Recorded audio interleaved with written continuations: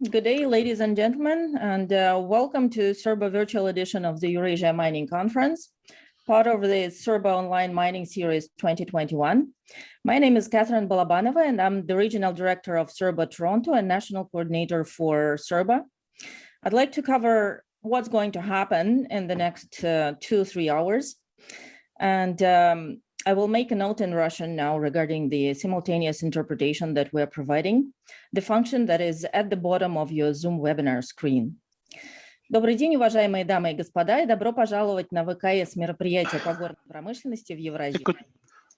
Ladies and gentlemen, you're welcome, and I would like to draw your attention to the simultaneous translation. Please press on the globe button on the lower part and select either English or Russian.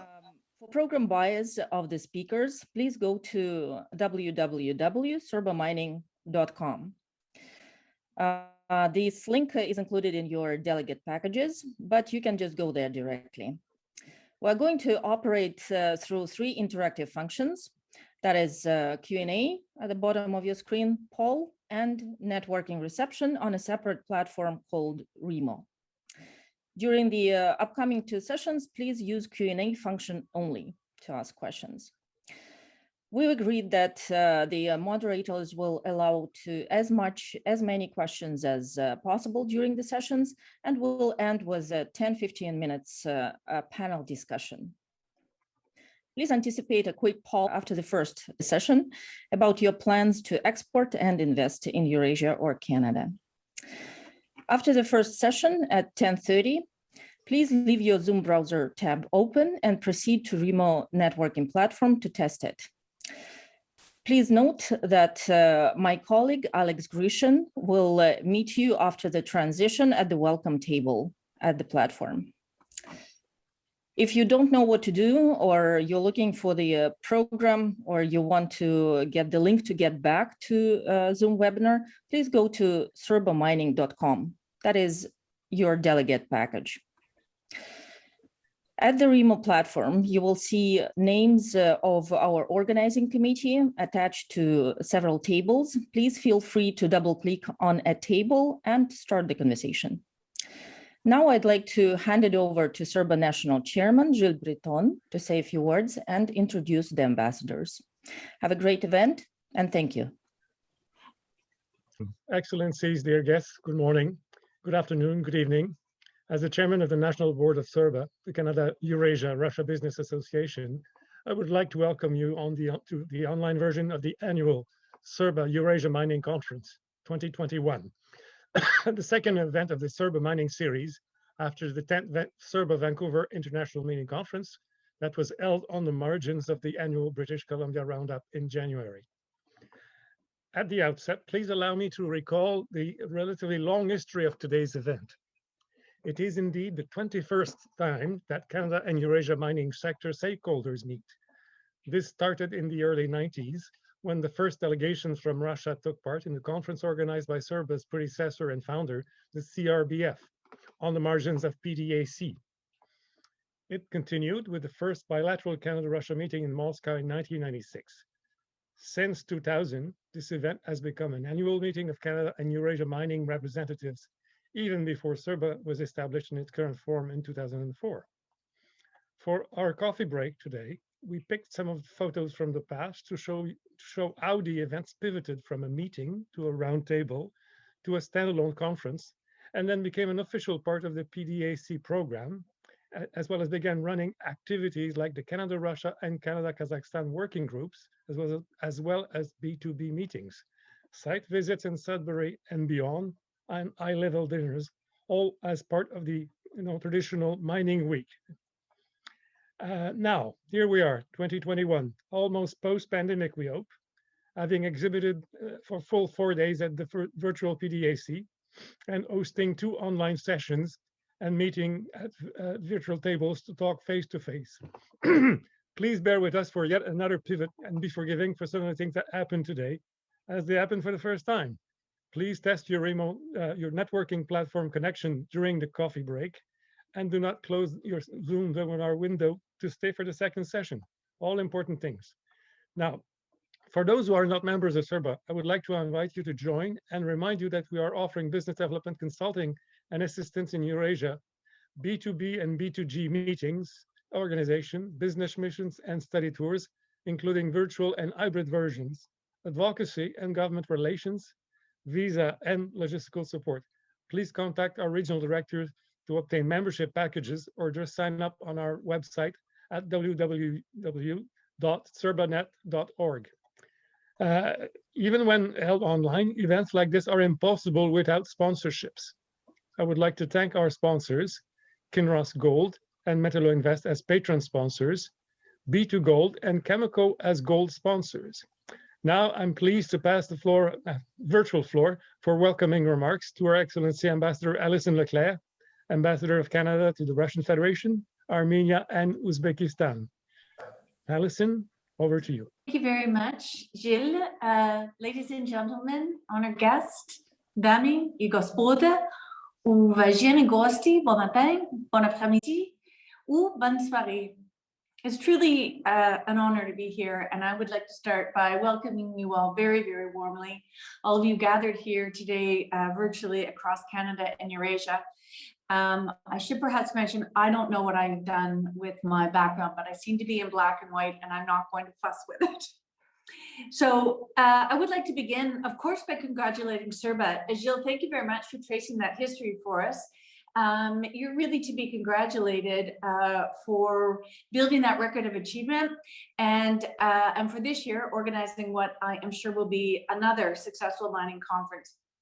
It has really become a central element of PDAC and an important vehicle for stimulating cooperation between Canada and Eurasia in this important sector. It has established a really excellent reputation for the high caliber of its speakers, its moderators, and its participants. I know this year will be no exception, despite, or perhaps because of our virtual realities, and I'm looking forward to the discussion. In that context, I am, of course, very pleased to welcome officials from Russia, specifically from the Federal Agency for Subsoil Use, Rosneft, and officials from the State Committee for Geology and Mineral Resources of the Republic of Uzbekistan. We really do appreciate our positive working relationships, and I'm certain that your presentations on the latest developments in your respective countries will be of great interest and value to the many Canadian companies listening today. As Ambassador of Canada to Russia, Uzbekistan, and Armenia, I'm keenly aware of the breadth of opportunities that exist for collaboration between our countries. A few examples. In Uzbekistan, we are, of course, delighted to see the great progress that the government is making in implementing its economic reforms in areas such as governance, economics, and rule of law, and how it's re-engaged with its Central Asian neighbors in building stability and prosperity in the region. We're already seeing the results with the Uzbek market holding increasing potential for Canadian companies and Canadian companies taking notice. One example is B2 Gold. They'll be speaking in session 2 today. They've undertaken exploration in the Muruntau Goldberry field in the Navoy region. Moreover, there's been an increasing presence of Canadian mining technology and service providers in Uzbekistan, as demonstrated by the strong participation in 2 Canadian mining missions in 2017, and the considerable mining contingent which participated in the largest ever Canadian trade mission to Uzbekistan in May of 2019. Russia, of course, has long been an important market for Canadian mining companies, given our shared interests and challenges as northern neighbors. There's existing and consequential Canadian direct investment abroad in the Russian market, principally with Kinross Gold. They have a successful 25-year history of operating in Russia, probably a factoid I don't need to share with this particular audience, but anyway. But in addition to Kinross, of course, other Canadian mining investors, as well as major engineering firms and suppliers of mining equipment, services, and technologies. We'll hear in more detail later in the conference from Kinross Vice President Will Dunford. They continue to expand their operations in Russia, recently acquiring the Chulbutkin deposit in the Khabarovsk region, further demonstrating the potential for Canadian companies in the Russian market. Before we conclude, I would like to underscore my own role as ambassador. and to underscore just how much I'm committed to supporting Canadian business in all three markets, Russia, Uzbekistan, and Armenia. Now more than ever, as Gilles said, we hope to see the global pandemic in a rearview mirror. The need to increase and diversify international trade is more than ever important to supporting small and medium-sized enterprises and growing our economies for the benefit of us all. Once it's safe to do so, of course, I really do look forward to getting out of Moscow, to attending economic conferences in St. Petersburg, in Vladivostok, and of course, getting to Uzbekistan. And at every juncture, I really hope to be able to meet with Canadian business actors and do what I can to support you. In the meantime, the Canadian Trade Commissioner Service is here to help you. Heather's with us online. The team here at the embassy and in our regional offices in Canada stand ready to assist you in exploring all three markets. So in closing, let me please thank CERBA once again for organizing today's event, for inviting me to offer these few opening remarks, and I wish you all a very successful conference. Thank you, spasiba. Thank you very much, Ambassador LeClaire. Looking forward to seeing you again in person very soon. Thank you very much. Now we move on to a longtime friend, yes, but still a young man, Ambassador Brousseau in Kazakhstan. Well, as you see, Gilles, I'm now wearing glasses, so I'm not getting younger. Starost ne radost, as we say. Excellencies, chers collègues, dear friend, dames et господа, it's a great pleasure to join my colleague, Alison LeClaire, and my good friend, Ambassador Kamaldinov today, and of course you, Gilles, to welcome you to the CERBA Eurasia Mining Conference. I would also like to thank CERBA, of course, and the organizing committee for collecting such a group of speakers with such strong expertise to talk about Canadian Eurasian business opportunities in the mining sector. The last year has been challenging, to say the least, but events like today's have been instrumental in maintaining the relationship between Canada and our Eurasian partners. Business, even in times of pandemic, continues, and that's important. The conference today builds not only on PDAC, but also on other CERBA events. And for Canadian and Kazakhstani businesses, it links particularly to the successful Kazakhstan-Canada Business Council sessions that were held in November 2020. And I am pleased that momentum has been maintained since the KCBC and despite the pandemic. Already, follow-up events have been held to explore business opportunities in agtech, in ICT, as well as clean tech for the extractive industries. And those are all very promising sectors. We are working with CERBA on an online Canadian oil and gas capabilities event to take place on March 16, so this week, and I'm sure that these initiatives will continue. Trade and investment is about making people's life better and more stable.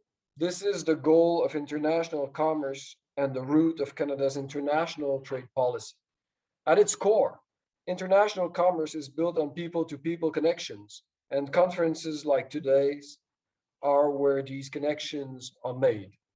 Prior to the pandemic, our economic links were growing steadily. In 2019, Canadian foreign direct investment in Kazakhstan was $3.24 billion, and bilateral merchandise trade was $614 million, a solid growth over previous year's numbers.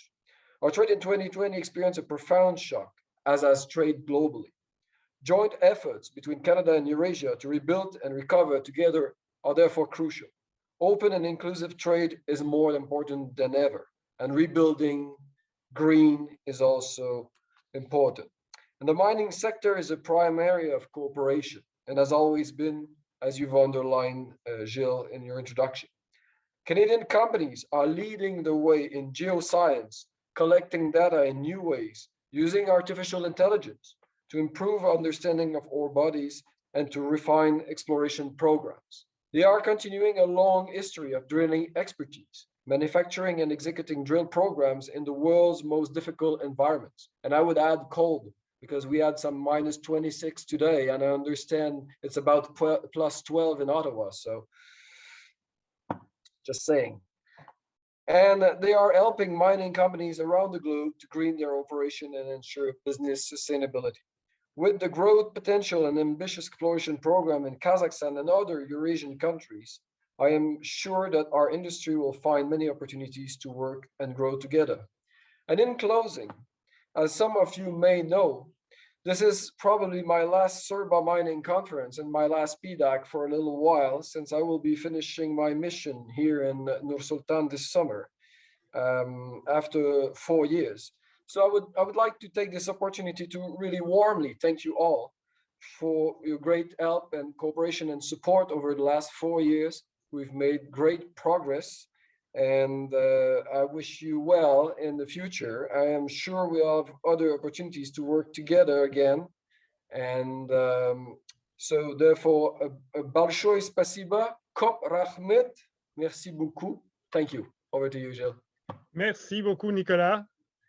Sorry to hear that you will not be there next year, but maybe we'll see you again in some other incarnation. Merci encore. Our next speaker is our good colleague, His Excellency Ambassador Kamaldinov, Ottawa-based. So, Ambassador Kamaldinov, over to you. Thank you very much. Добрый день всем. Good morning, good afternoon, good night, and else. Very nice to meet you, everyone. And I would like to welcome everyone to this event, and special thanks, traditionally special thanks, CERBA and team, and personally to Mr. Breton. Very good to see you. Mining industry is one of the most important major priority of cooperation between Kazakhstan and Canada. And since the beginning of this year, we already had a series of online events related to the development of cooperation in mining and geology. We are witnessing researching interest from Canadian junior mining companies to work in our country. And the government of Kazakhstan has defined the diversification of economic activity and the competitiveness of the mining industries as national priorities.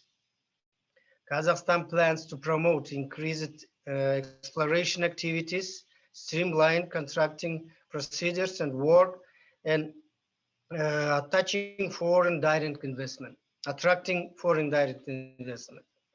We are seeking to increase the share of high value added products, improve technology and environmental protection, and foster the discovery of new mineral resources.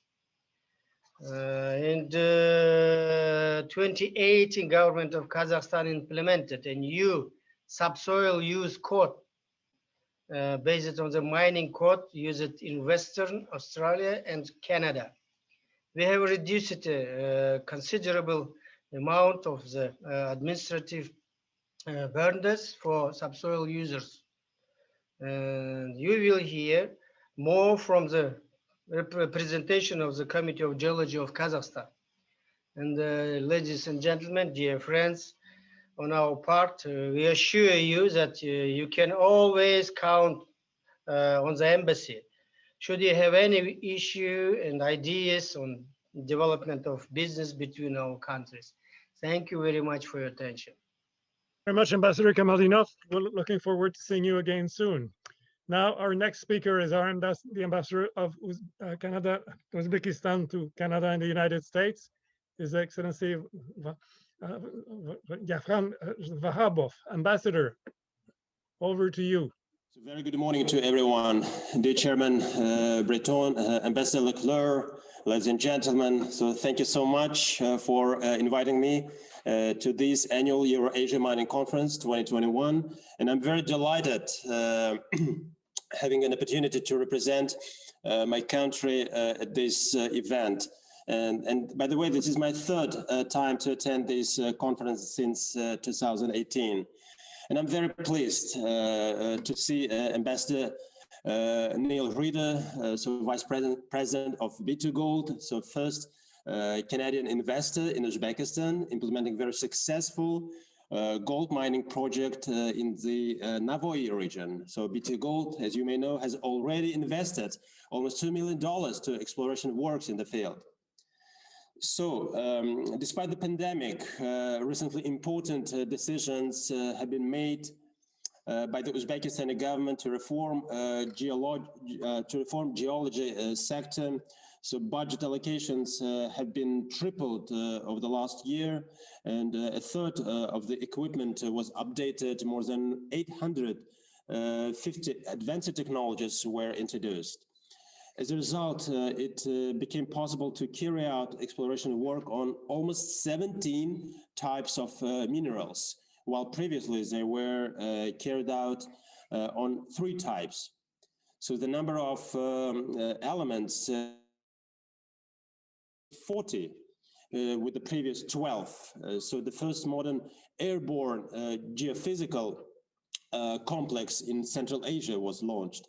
So innovative methods for the study of mineral resources were introduced. In addition, global MAPPER, ERDAS, NVI programs based on modern geographic IT successfully introduced to the initial stage of geological work, as well as high-resolution satellite images from Landsat and ASTA satellites. And by the way, last year, the government has taken decision to allocate more than $160 million, mostly meant for geological exploration in order to consistently continue reforms in the field. So beside that, we are going to increase the drilling depth from 800 meters to almost 1,200, rising productivity by almost, I would say, 2 times. And the new tasks were identified for geological exploration. So by the end of this year, in an amount of 2,500 square kilometers of land from satellite images and 5,000 square kilometers of the airborne geophysical method.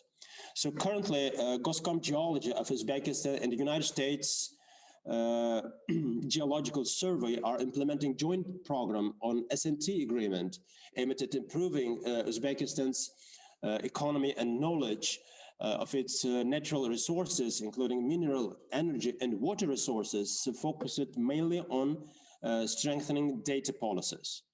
So let me stop here and say thank you again for the opportunity to give some updates on current developments in the country. I hope my colleague from Goscom Geology will provide more in-depth overview. Again, thanks a lot for inviting me to this event. Thank you very much, Ambassador Vakhabov. Looking forward to hearing more about Uzbekistan in the coming hours. So now our next speaker is Mr. Vladimir Proskuryakov, Deputy Chief Head of Mission at the Embassy of the Russian Federation. And I believe you would be the Chargé d'Affaires at present, if I'm not mistaken. Over to you. Yes, good morning, good evening to everyone, and thank you very much for this opportunity.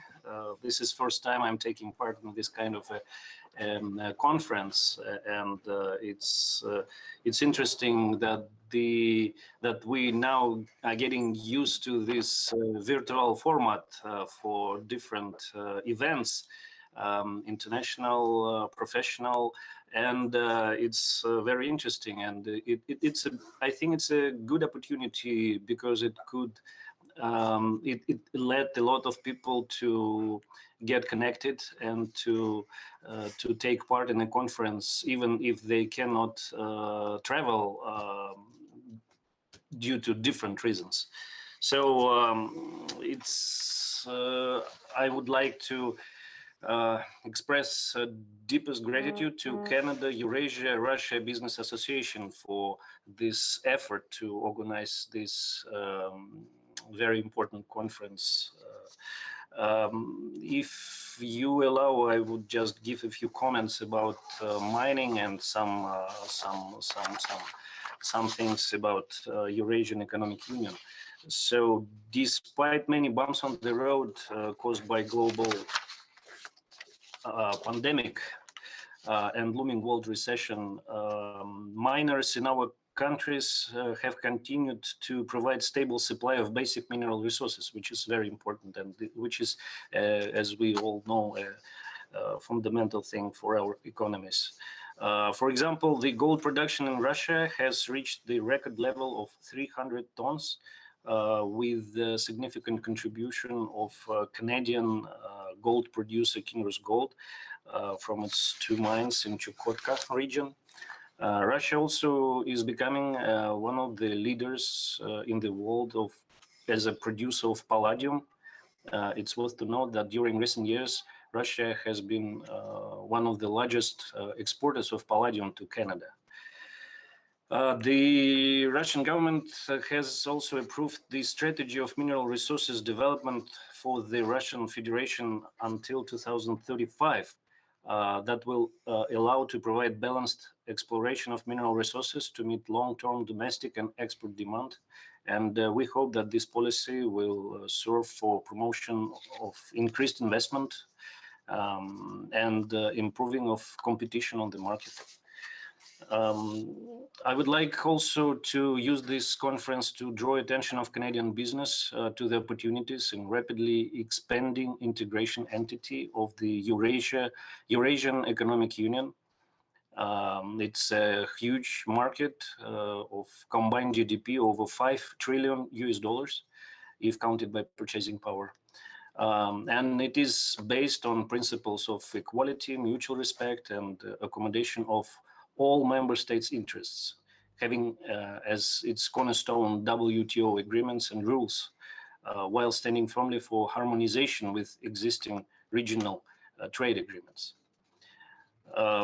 So it is also, I think, worth to say that we see that there is some kind of a positive rebound in Russia-Canada bilateral trade that, according to our estimates, raised in 2019 to $2 billion, which is the highest point since 2014. But of course, it is still less than the year 2008, where we recorded the maximum of $3.2 billion. And we support Canadian and Russian businesses and the expectations that the bilateral trade will rebound this year after temporal drop during the coronavirus pandemic.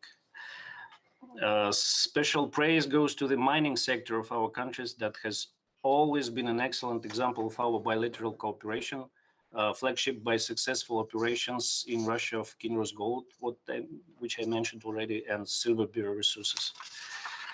I would like also to take this opportunity to remind the participants of this conference that economic and investment forums, about the economic and investment forums that take place in Russia, presenting excellent opportunities to understand better changes in government policies, to look for new projects and find new partners. So I would like to recommend Canadian companies to pay particular attention to the St. Petersburg International Economic Forum, Eastern Economic Forum to be held in Vladivostok, and Russian Energy Week. We hope that the conditions will allow for in-person conference, or it could be a mixed format with virtual format too. So in the end, I wanted to commend again CERBA for its tireless endeavors to promote Eurasia and Canada business cooperation, bringing bilateral trade and investment to new highs. And I do hope that the Eurasia Economic Union is promising for and receptive to Canadian companies. And we here in the embassy, in our consulates in Montreal and Toronto, will continue to remain attentive to business ideas, ties, proposals. We'll be open and always ready to assist you in coming to Russia and to finding true partners there and in the Eurasian Economic Union. Thank you very much for this opportunity. Thank you, Mr. Proskuryakov. Well, without further ado, we will begin session 1 now under the leadership of Erin Campbell. So, Erin, over to you. Thank you very much. Thank you very much, Gilles, and welcome to all of the participants and attendees and panelists I was reminded with the brief interaction between His Excellency Mr. Kamaldinov and Her Excellency LeClaire, the joy that actually happens at real live PDAC when people run into each other in the hallways that they haven't seen for a long time, and they share greetings with each other. So that was, to me, the nicest thing that I've seen in quite some time on a virtual panel. So I'm glad you guys were able to reach each other again.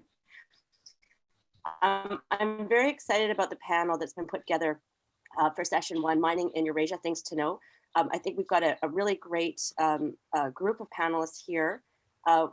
We will start with sort of a general overview of some of the macroeconomic conditions in the region, and then we will move through representatives from 3 of the Ministry of Natural Resources or state committees for natural resources and geology from the Russian Federation, from the Republic of Kazakhstan, and the Republic of Uzbekistan. The bios for each, in the interest of time, the bios for each of our panelists are available in your delegate package at miningserba.com. And what I'm suggesting we'll do, just again, in the interest of time, is I'll have each of the panelists run through their presentations. If there are questions from anyone in the audience, please put your questions in the Q&A bubble. And then at the conclusion of all of the presentations, then we'll open up the question and answer sessions just to make sure that we have enough time to get through all the presentations. And for the presenters, I will ask that you try to keep your presentations in that 10-minute window, just so that we can have as much time possible for questions at the end if there are some. So without further ado, Chris Weafer has joined us. Again, Chris's bio can be located in your delegate package. And so Chris, I'm just going to hand it over to you to get started. Okay, thank you very much, Erin, and thank you and CERBA and Gilles for inviting me to speak at the event. I've got a presentation, I'm going to share it up. Just before I do, just to let everybody know, we are Moscow-based, cover the Eurasia region. We're a strategic advisory firm, which means that we cover the mining sector, but also political, economic, kind of business environment. And that's what I'm going to do in my presentation as the introduction, is just kind of paint the picture of where we're at, or what's happening in the across the region. So hopefully that's up now. And this is this overview. These are the topics that we're currently kind of, or have over the last year, been talking to our clients a lot. Obviously, COVID has been a very dominant topic, and I have a slide coming up next to show actually the situation that's recovering across most of the region. I put political instability up there because we keep getting asked questions about it, and of course we know there's lots of headlines of whenever there's protests and across the region. I don't see any big issue or any kind of major red flags with regards to kind of politics or political instability, but it is something that comes up a lot, and particularly when you get screens of protests in Belarus or last year in Bishkek, etc. So it's a topic that people ask about and want to recover. The same, I guess, resource nationalism is something that came up a lot late last year in the Kyrgyz Republic in particular, and before that in Mongolia. And again, these are the type of things that we cover and we put into context, and we kind of, I suppose, in these issues reassure companies and investors. But in terms of the economy, it really is about, you know, global trade, regional contagion, of course, with regard to currencies. And now issues such as ESG, which is a relatively new theme in the Eurasia region, but as we see in Russia and other countries, now becoming a very important theme. And of course, it's been a very important theme for investors, and it will be, and I expect we'll be doing a lot more work on ESG across the region. So quickly through the slides, and I guess these will be available anyway afterwards, but you can see here the COVID position, 1 or 2 hotspots, but generally in Central Asia, their infection rates are rather low, coming down. We see in countries like Kazakhstan, Uzbekistan now starting to open up, and of course in Russia rolling out the Sputnik vaccine as well. So it's certainly helping the situation quite a lot, and we do have every reasonable expectation. I think by the time we get to the summer, the travel will be a lot easier and we'll be able to move around a lot more, and that of course will help the economic recoveries. Here we see a table just of what's happened to the economies, and we look at on the right-hand section, you can see the 2020, the big decline. 3 countries did report growth. So Uzbekistan, obviously lower than had been expected, but positive. Tajikistan, and of course the Turkmenistan numbers one always has to be a little bit skeptical about. We do a lot of work in Turkmenistan, and clearly it's difficult to get official numbers or to go by official numbers. But this year, the big, of course, again, clear expectation of strong recovery across the region. We should start to see that the more positive numbers coming through in the spring. Of course, we'll be comparing with the big downturn in Q2 in 2020, so we're going to get a bounce anyway, but general recovery across the region, and countries like Uzbekistan and Armenia, etc. Tajikistan expected to show strong growth, but of course there are clearly, issues of global trade, global access, COVID, etc. all will be a part, and I suspect these numbers will be changed as we go through the year. Here, in terms of the contagion that I mentioned, and we've had that more on the currencies, and of course the need for countries to remain competitive. Only Azerbaijan has got a kind of fixed rate pegged to the dollar. So therefore, last year, the manat did not move relative to the dollar, but we saw Belarus currency the weakest, but that was more on the back of the protests that started after the August election. But generally, you can see 15, 16, 17% declines in currencies across the region, coming from Russian currency contagion to the tenge, and then that having an impact on Uzbekistan, some, and across the region. Again, expect the situation to be a lot better this year. We've already, in the first 2 months of this year, we can see that most currencies have gained, even modestly, but at least that kind of period of weakness appears to be over. In terms of what would drive the growth, again, just to highlight, I guess, areas, these issues that we're most people familiar with. Of course, global trade, we see that constantly in kind of news reports. COVID, obviously, a big impact on that. The regional contagion, particularly regard to currencies. And here, of course, with the oil price, or perhaps the sanctions impact on the Russian ruble and how that spreads across the region. And of course, remittance flows are a big part of it. So you have to really look at what's happening in the big economies in the region, because it does have a trickle down into the smaller economies, more than perhaps even global trade. And again, I mentioned political stability because this is something that keeps coming across.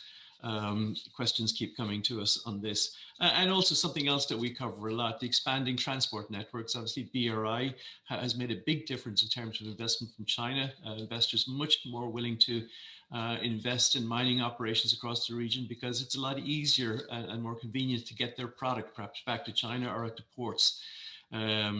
In whether it's in the Black Sea or the Mediterranean, and that's going to get even more so. We're now looking very much more closely at the international north-south transport corridor, which eventually will link India with Northern Europe and up to the Caspian. Again, the Caspian becoming a much more important region in terms of transport hub for the countries around it, and metals and extractive industries are a big part of that. In terms of challenges as well, again, we cover it. I guess ESG, the environment, activism, we see that in Armenia right now, but Kyrgyzstan, Mongolia, it's a big issue across the region, and clearly will remain so. And again, it's one do we watch closely within the theme of ESG. Taxation issue, again, it's just something that rears its head every so often. Governments will be under pressure to start paying down some of the debts that they incurred last year. As they were managing the crisis. Extractive industries, area, taxation is always kind of near the top of the list. So it's something that we watch. Don't see any immediate threat, but it's something that we're certainly watching. And access to capital, the one at the bottom, again, a general problem across the region for most emerging markets in most industries, because as the world's recovering, there's a big scramble now for investment capital from developed economies as much as emerging markets. So again, it'll be much more of a challenge, and countries will have to improve or add more incentives, improve the business and climate, I think, to access capital, perhaps much more difficult than was the case before. In politics, there are a number of issues we're watching. Obviously, in Armenia, the calls for an election. Belarus, clearly remember what's happening there. Georgia, can't really say there's a crisis, but clearly there are issues to watch there with regard to the opposition standoff with parliament.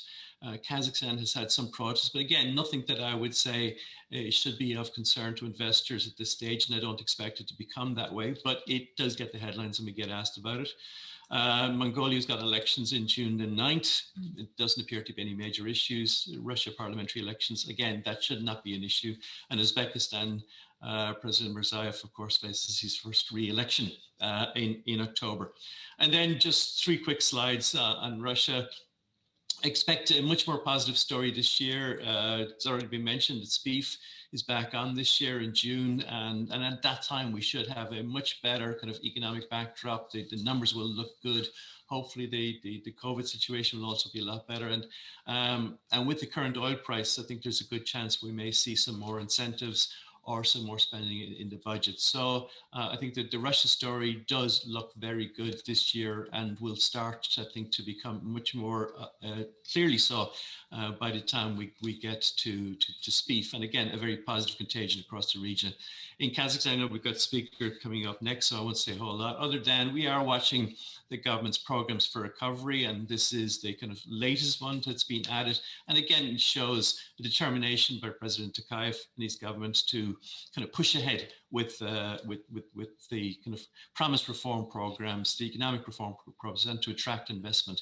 And in Uzbekistan, apart from the economic issues, we are, of course, now paying a lot more attention to privatization, which the president has now kind of, again, put back on the table front and center, and is now pushing for an acceleration on privatization this year. And the mining sector, of course, is a very big part of that, with a couple of the big mining companies, of course, listed for either stock market listings or other forms of privatization.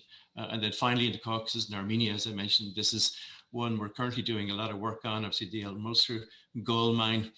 Again, this is where environmental activism kind of pitching the government against the need for more investment. And again, it just shows you the importance of dealing with environmental issues and say within the ESG framework. And that's something I think that we'll probably see in other countries. So let me stop there, Erin, and pass back to you, the next speakers, and I'm happy, of course, to take questions later on when you're ready. Wonderful. Thank you very much, Chris. And I think we all found that a really an amazing amount of information packed in a very short presentation. So well done, Chris. And I think that really sets up this panel really nicely as we move through each of the 3 countries that will be highlighting their subsoil regimes. I think we can all now keep in mind some of those larger macroeconomic issues and macro issues that Chris has identified. So let's start with the Ministry of Natural Resources from the Russian Federation. We have Maxim Kirzhimanov here with us. He's a Deputy Director of State Policy and Geology and in the Regulation Department. Уважаемые коллеги, dear colleagues, good morning, good afternoon, good evening. First of all, let me thank you for the opportunity to participate in this conference. The Ministry of Natural Resources of the Russian Federation is the body responsible for state policy and legal regulation of subsoil use relations. Systematically works to increase the investment appeal of subsoil use and stimulate increased investment in the exploration and mining industry. Last year, amendments to the subsoil law were adopted, providing for the right of subsoil users to extract associated minerals not specified in a previously issued subsoil use license.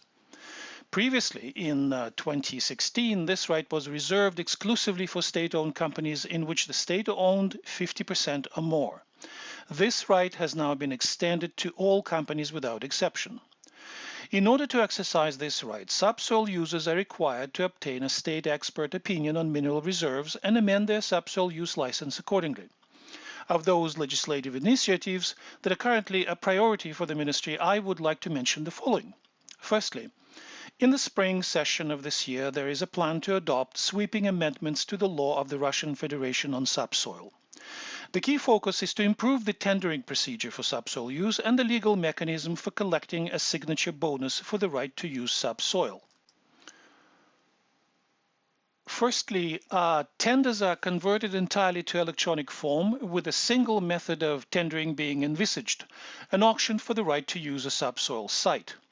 Secondly, the possibility of granting the right to use subsoil resources to a second bidder in the event that the winner of the auction fails to pay the signature bonus for the right to use subsoil resources within the established period of time. Fourthly, a register of bad faith bidders in auctions is introduced. These are the bidders who are declared winners but haven't paid the signature bonus by the deadline. In addition, the possibility is established for issuing a subsoil use license only following payment of the final amount of the signature bonus for subsoil use.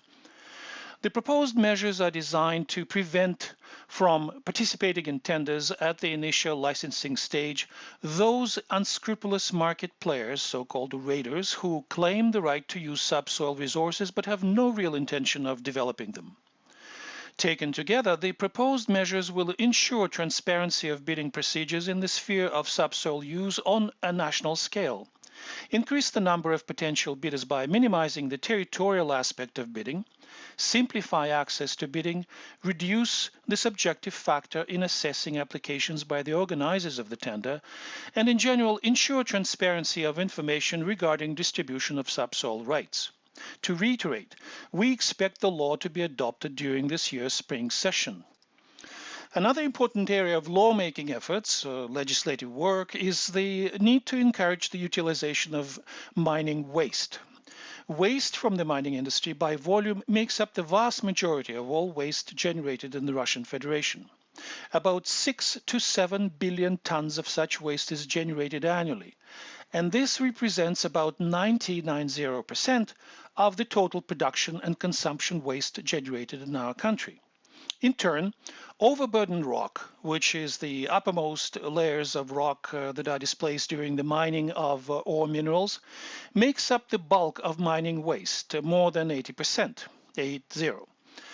And the vast majority of overburden rock is practically non-hazardous waste. This is class 5 hazard according to the categorization of waste per Russian legislation.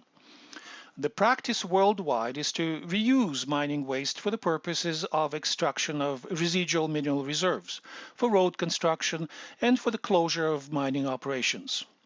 In Russian industry, the use of waste has not yet been widely adopted, primarily due to the lack of economic incentives and regulatory constraints. In order to stimulate the use of subsoil waste, in 2019, the State Duma of the Russian Federation passed, in the first reading, a draft federal law which provides for the opportunity of using subsoil waste for additional extraction of minerals and useful components based on an engineering design without the need to obtain a separate mining license. The government is currently preparing amendments to this draft bill. The main provisions of the proposed amendment are as follows. Firstly, overburden rock is excluded from production and consumption waste to the extent provided for in the engineering design. That is, such overburden rock will not be subject to the restrictions provided for in the legislation on waste, namely there will be no standards of generation or limits on disposal, storage facilities for such overburden rock will not be subject to inclusion in the State Register of Waste Disposal Facilities, and such facilities will not be subject to state environmental impact assessment. In addition, no adverse environmental impact fee will be levied in respect of such overburden. Moreover, the volume of overburden recorded in the engineering design is excluded from waste for the duration of the engineering design is in effect, that is, for the entire period of the development of the ore deposit. Such overburden rock can be used for the closure of mine operations, for reclamation of the land disturbed by subsoil use, to address the needs of the subsoil user, including for the development of the deposit, for road building, and so on. Finally, I would like to mention one more important area of current work of the activities of the ministry.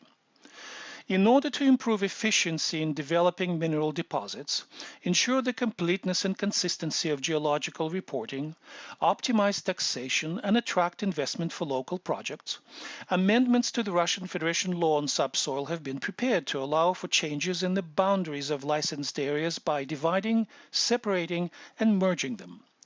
The mechanisms provided for in the draft bill can be used to merge disconnected parts of a single deposit within a single license block, to split up a license area containing several deposits, or to separate an individual deposit from a single block. I shall briefly describe each mechanism. It's provided that the subdivision mechanism would apply to a subsoil area containing mineral reserves that have been placed on the state register. 2 or more new subsoil blocks are created when a subsoil area is subdivided. The regional license then terminates, and a separate license is processed for each separated and subdivided subsoil block. The mechanisms of separating a subsoil block, just like the previous mechanism, can be used in regard to a subsoil area which contains mineral reserves entered in the State Register of Reserves, but in regard to which only an independent part of reserves needs to be segregated under a separate license.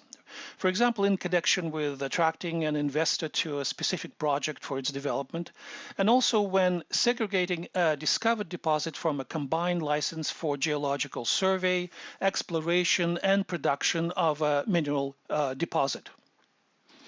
Under this mechanism of separating a subsoil area, 1 new subsoil block is created. In this case, the original license retains its validity, but with modified boundaries. A license for exploration and production of minerals is issued for the separated block. It's proposed that the mechanism for consolidation of subsoil blocks would apply to areas that meet the following conditions. Such areas must be granted to the same subsoil user or to different subsoil users belonging to the same group of entities. The subsoil areas must be contiguous or adjacent, that is, have a common border. In addition, the subsoil areas must contain mineral reserves entered in the State Register of Reserves, and such areas must have licenses for the same designated use and type of mineral. The draft bill is currently at a high level of readiness and is being prepared for submission to the government of the Russian Federation for its consideration.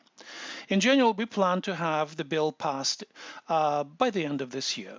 That's all I have. Thank you for your attention. Thank you very much. It's really fascinating to hear the focus that the Russian Federation is now putting towards the all important issues around waste and environment. It's I think it's one of the things that perhaps Western investors don't appreciate about working subsoil licenses in the Russian Federation, how critical those elements are to both gaining and maintaining the subsoil rights. So thank you. Moving on, we are now going to focus our attention on the Republic of Kazakhstan. We have Almat Abdikeshov with us now, who is the Deputy Chairman of the Geology Committee in the Ministry of Energy and Natural Resources in the Republic of Kazakhstan. Almat, we look forward to hearing your remarks. Здравствуйте, Erin. Здравствуйте, уважаемые участники. Dear participants of the annual conference, allow me to welcome you on behalf of the Geology Committee of the Ministry of Ecology, Geology and Natural Resources of the Republic of Kazakhstan. In Kazakhstan, the legislative act in regulating the sphere of geology and subsoil use is the Subsoil Code. As Mr. Ambassador noted, it was created based on international practices. Since 2016, Kazakhstan has been a full member of the Committee for Mineral Reserves International Reporting Standards, Kyrgyz. As part of attracting investment, the introduction of the National Mineral Resources Data Bank information system provides for free access and automation of material acquisition processes, as well as opening up the entire available territory to be examined for the purpose of subsoil use for solid mineral exploration on a first-come, first-served basis.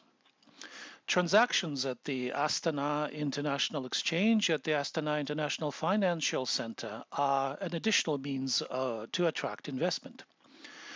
By bringing standards up to an international level, we are opening up access to the flow of investment, preparing for the development of a junior market, and providing an independent valuation of mineral assets. There's considerable potential in Kazakhstan. Being representing the Geology Committee, will focus more on resources, if I may. Alongside the existing inferred hydrocarbon resources, we have highly valued gold, nickel, cobalt, iron, and chrome ore resources, as well as those of copper, lead, and zinc. The mineral and raw material base of our country is formed by deposits of the fuel and energy complex: hydrocarbons, coal, uranium, ferrous, non-ferrous, precious and rare metals, non-metallic minerals, and underground water. A total of 113 types of minerals are being recorded by the state register,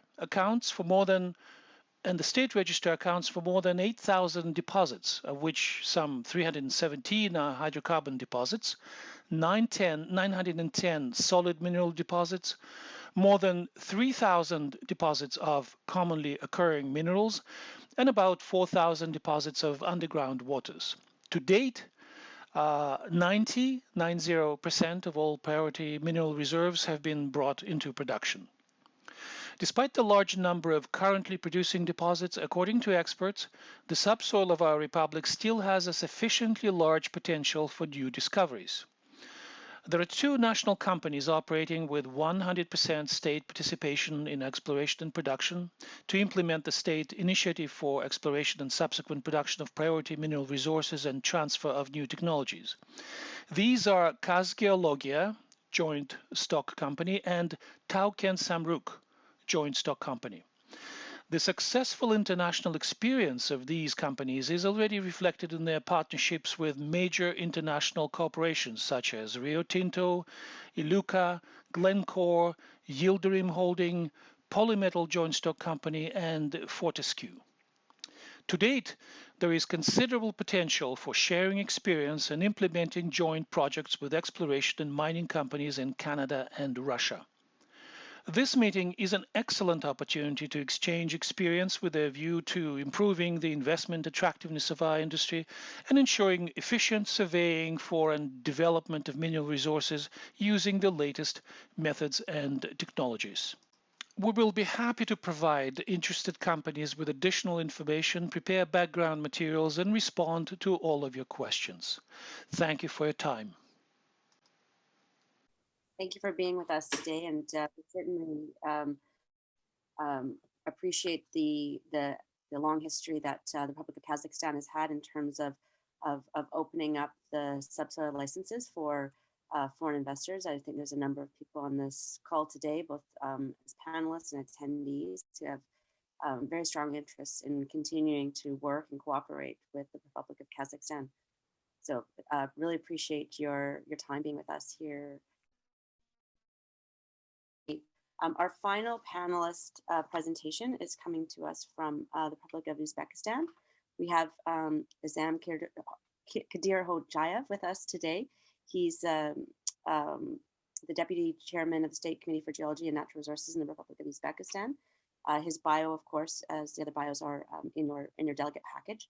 And so I'm going to pass it over to you, Almat, to introduce us for those of us who are not as familiar with the Republic of Uzbekistan subsoil regulations, to introduce us to that. And then at the conclusion of Almat's presentation, we will open it up for some questions from the attendees before we move to the first interactive coffee break.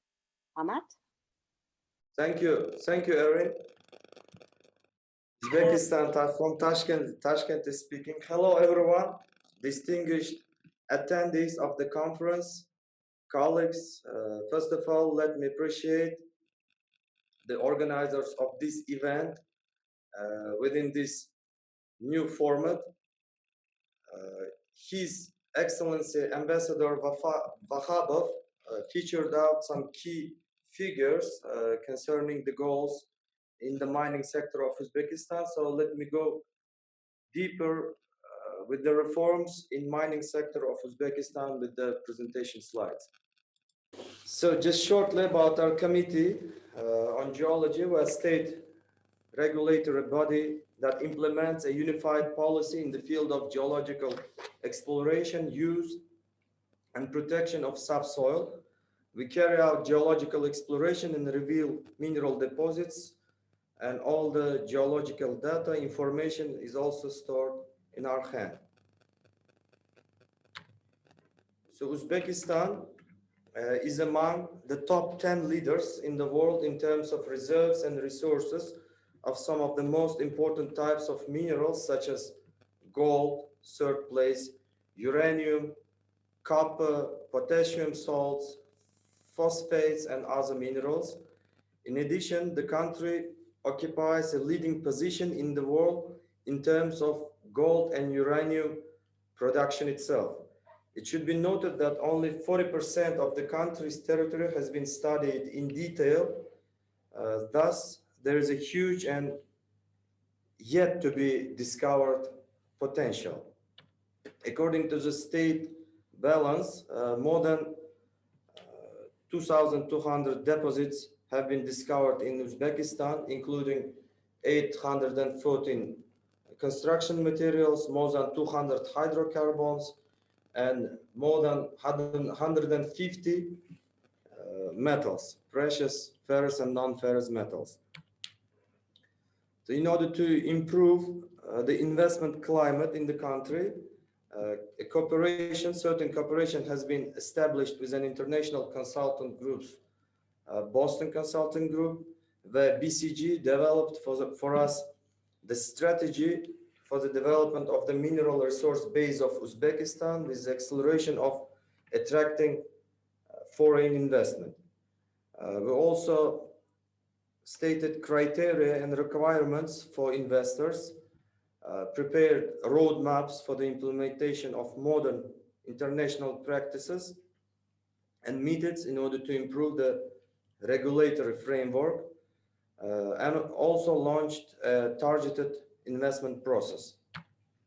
So according to these recommendations by BCG, we also made studies with IMF. The royalty rates in the country reduced towards the international practices, international best practices. For example, gold, silver, copper, and other metals reduced up to 10%.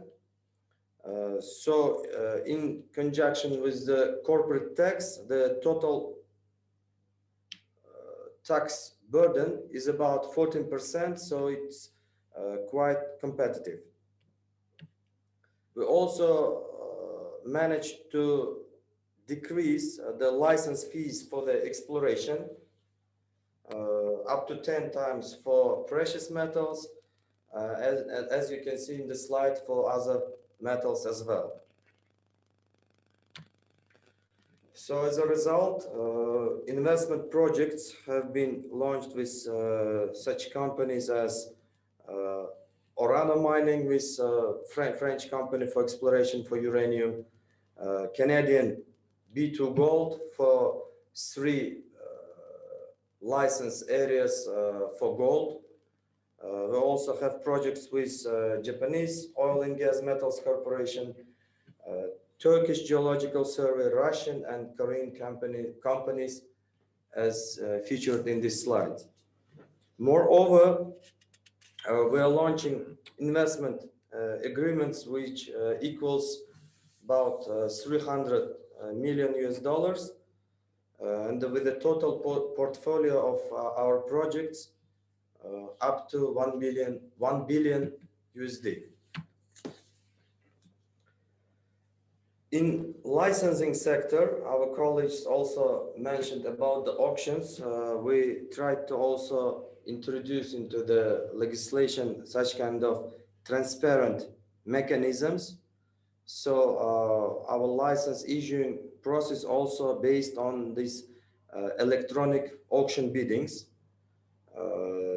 As you can see, we posted on the e-platform investment proposals with the teasers, presentations.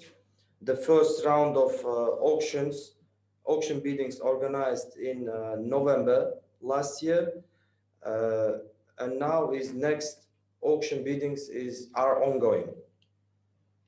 Moreover, this year we are planning to organize auctions over 50 geological objects.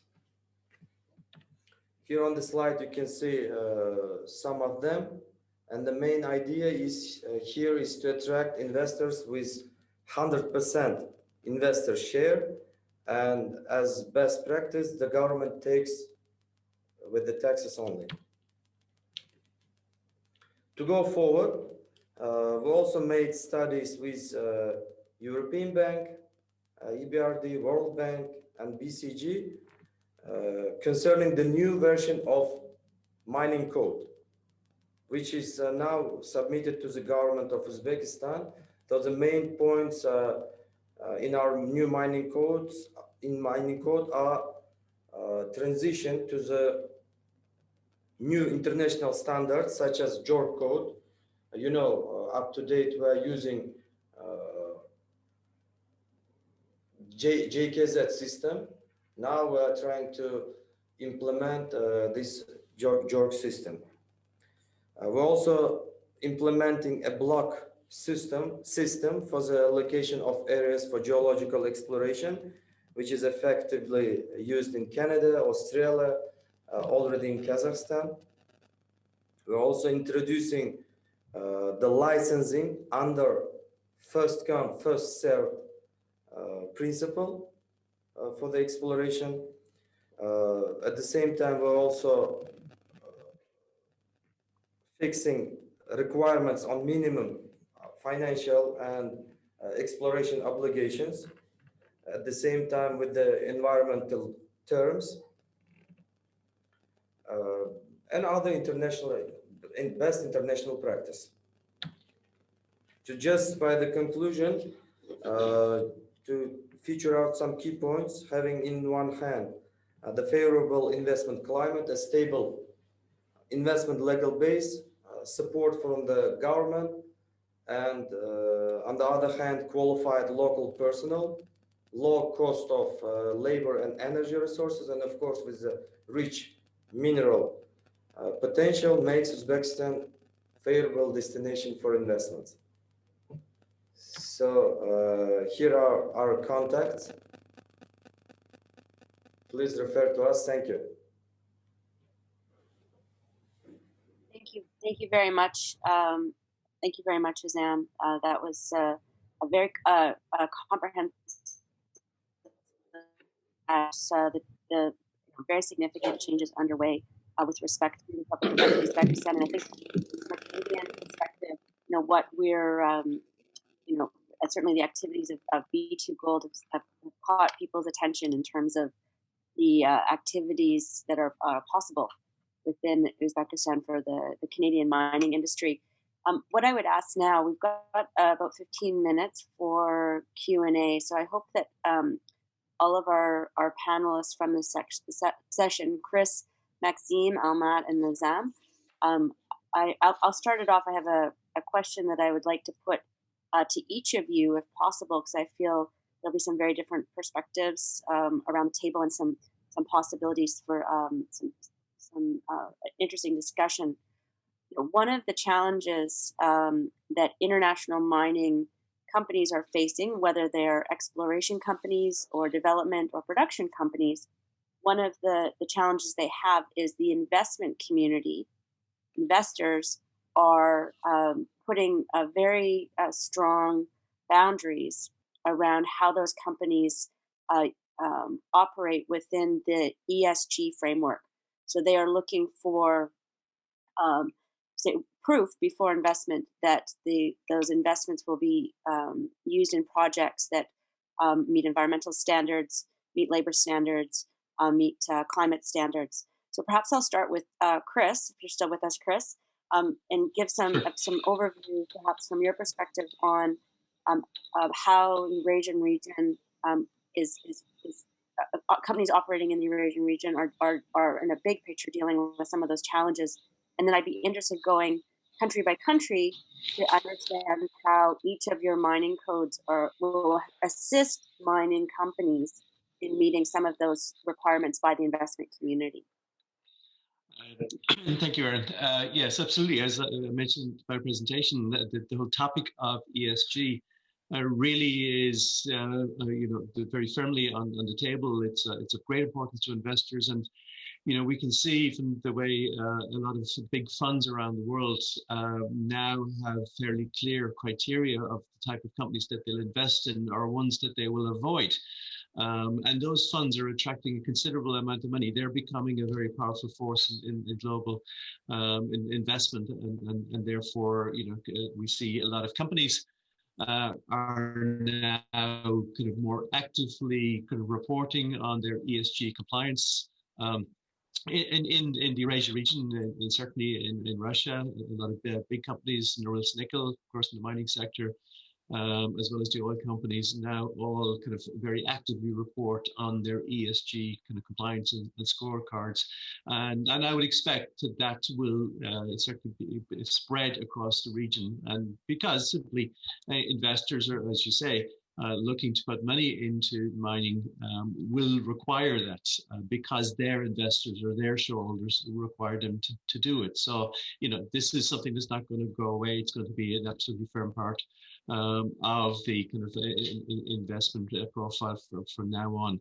But I think, we again, in discussions we have with governments, they're also all aware of it. I would say it's fair to say in the Eurasia region, Russia included, it's something that maybe has only come to the fore in the last couple of years, but now is talked about much more actively. And I think government officials we talk to are very aware that they need to also put in place various regulations and other procedures so that companies comply broadly with ESG.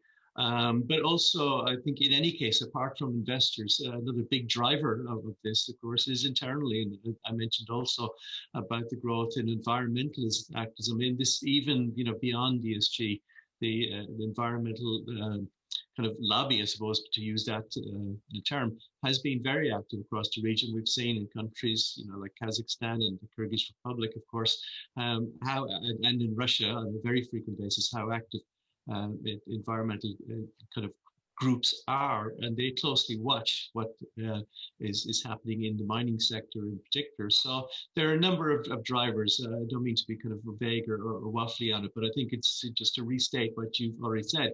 It's very clear that ESG compliance is an increasingly a very important part of kind of companies reporting, and it will become an even bigger part of the effort to try and attract investment. Countries will have to show what they're doing about ESG, and companies that are looking to work, with international companies on a JV basis or to attract investors will also have to show what they're doing with ESG and to make it very clear. And I think increasingly, if we go further down the road, there's a substantial amount of money that you will not be able to access unless you're showing kind of strong ESG compliance. So I think in that sense, it's something that's relatively new in the region, but it is absolutely clear that it's very important already, and it will become a lot more so in the next couple of years. Great, thank you, Chris, for that perspective. Maxim, your presentation actually covered many of these points around environmental stewardship, the environmental stewardship process in Russia. But is there something that you would like to add in terms of how your office is assisting companies to meet these important requirements for investors? Да, Эрин, спасибо за вопрос. Yes, Erin, thank you for your question. All of our activities, all of our work has paid special attention to addressing environmental requirements. The biggest challenge facing our country right now is, of course, to attract investment. And in addition to what I talked about earlier today, we are consistently and systematically expanding the use of the so-called declarative procedure of obtaining a geological survey license. We're making extensive use of this declarative procedure. We're talking here about the right of first refusal. There's a great interest in this tool. We improve this procedure every year on the basis of the results of our law enforcement practice and on the basis of proposals by the companies that are interested in investing in the mining exploration industry. In terms of total funding, the vast majority of exploration work financing comes from private borrowed funds. To date, as regards prospecting licenses, we have seen around 300 billion rubles of the planned scope of investment declared upon obtaining such free licenses. At the same time, the greater the number of such license applications, the greater the interest of the development of our country's exploration industry, the greater the focus on environmental issues. Every license, every design documentation for prospecting, appraisal, and development of deposits must include a section on environmental protection requirements that meet the highest standards. And companies undertake to comply with those environmental protection requirements. And the state, through the ministry as regulator and oversight agencies, makes sure that these environmental protection requirements are strictly adhered to. Thank you.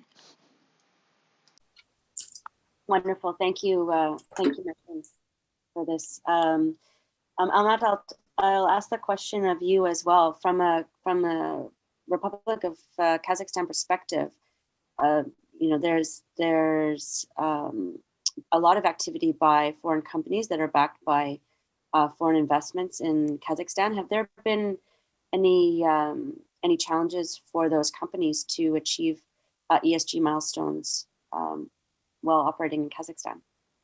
Благодарю, Erin, за вопрос.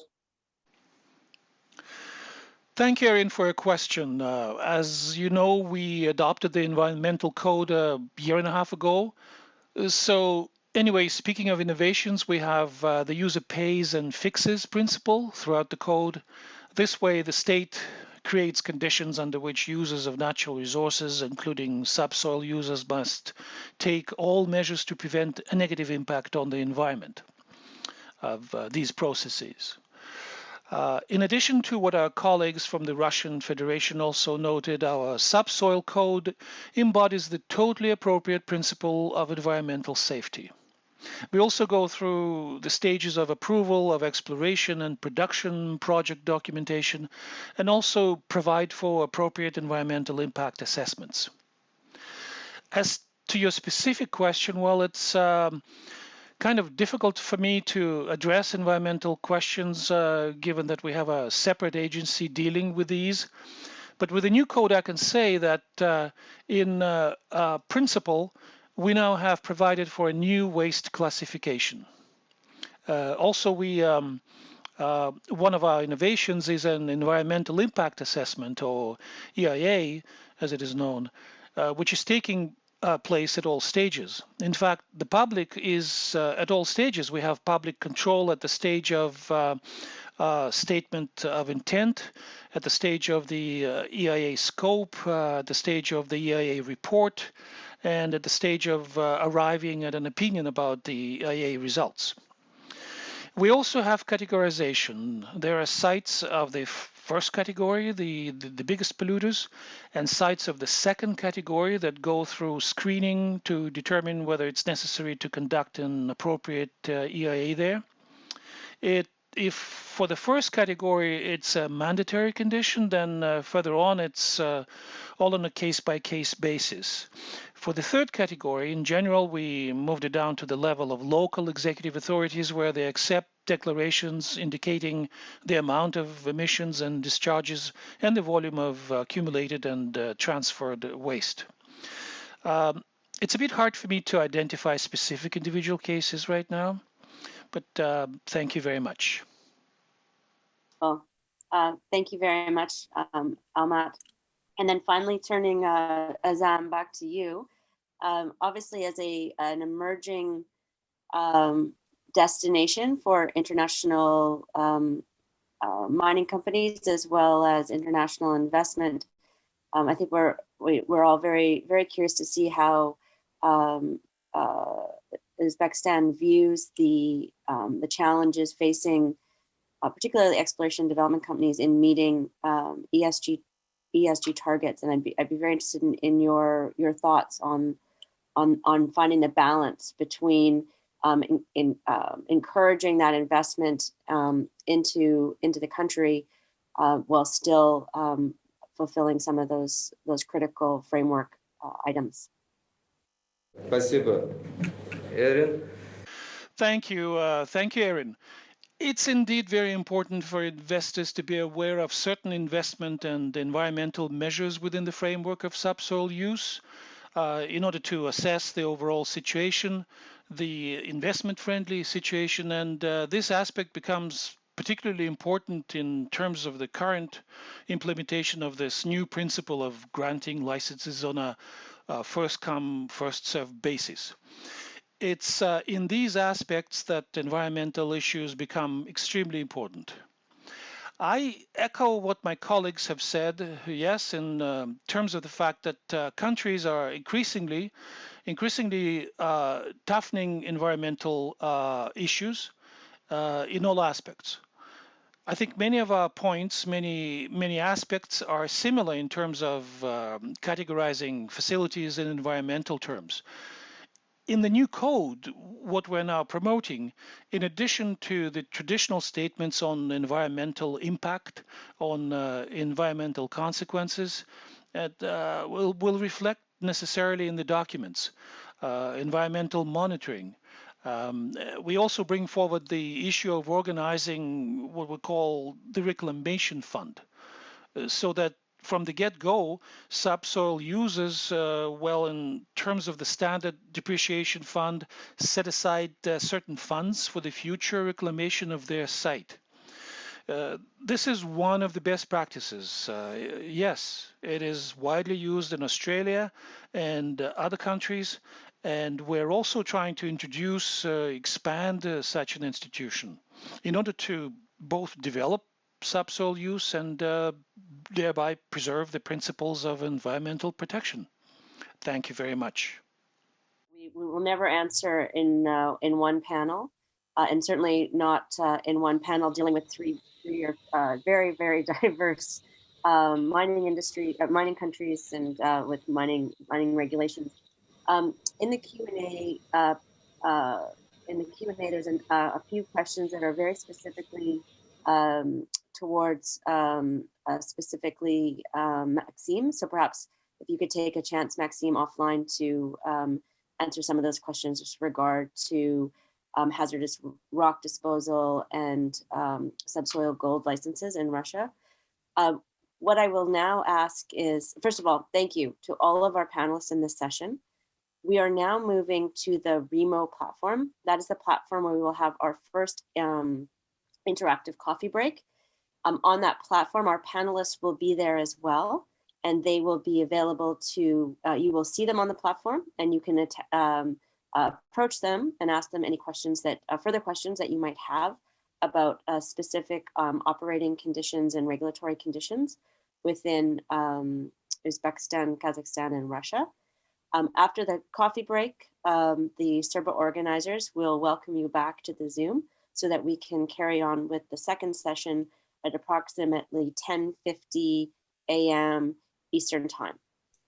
So if there's no further questions or comments, on behalf of CERBA, on behalf of the board of CERBA, and on behalf of all of the attendees, I would like to again thank our three panelists. I feel, or four panelists, I feel we brought some real knowledge around specific operating conditions, specific regulatory conditions, and a sense of the openness and interest of all of these jurisdictions in welcoming both foreign companies and foreign investors. So thank you, gentlemen, for your time, and I look forward to seeing you in the REMO networking session before we come back to the conference again. Thank you, everybody. Thank you, Erin. And one more thing before we move to Remo is let's spend 10 seconds on answering our only one poll question.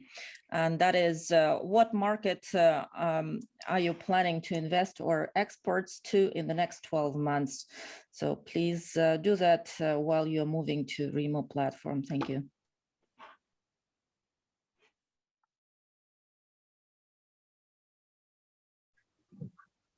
Okay, dear participants, I hope you're making it your way back to our second session. Kirill, good to see you. I'm going to introduce you as the moderator of the second session. Kirill, few words, associate partner with EY Parthenon CIS and leading their sort of mining and metals practices. So without further ado, over to you. Thank you very much for doing this. Dear colleagues, dear industry partners, let me kick off section number 2 and start with the introduction of the esteemed participants. Today we have a truly diverse panel in terms of the metals and mining sectors and commodities represented: gold, iron ore, uranium, even DRI and steel. The panel is represented by senior executives from the following companies: Kinross Gold, Mr. William Dunford, Vice President, Deputy General Manager of Kupol and Voynoy; Metallo Invest, represented by Mr. Yuri Gavrilov, Strategy and M&A Director; B2 Gold, Mr. Neil Reeder, Vice President for Government Relations; and Cameco, Sean Queen, Senior Vice President, Chief Legal Officer, and Corporate Secretary. Today's session is going to be moderated by myself, Kirill, but I'm also going to be joined by my colleague Alexander Chizhov on the text part of our presentation.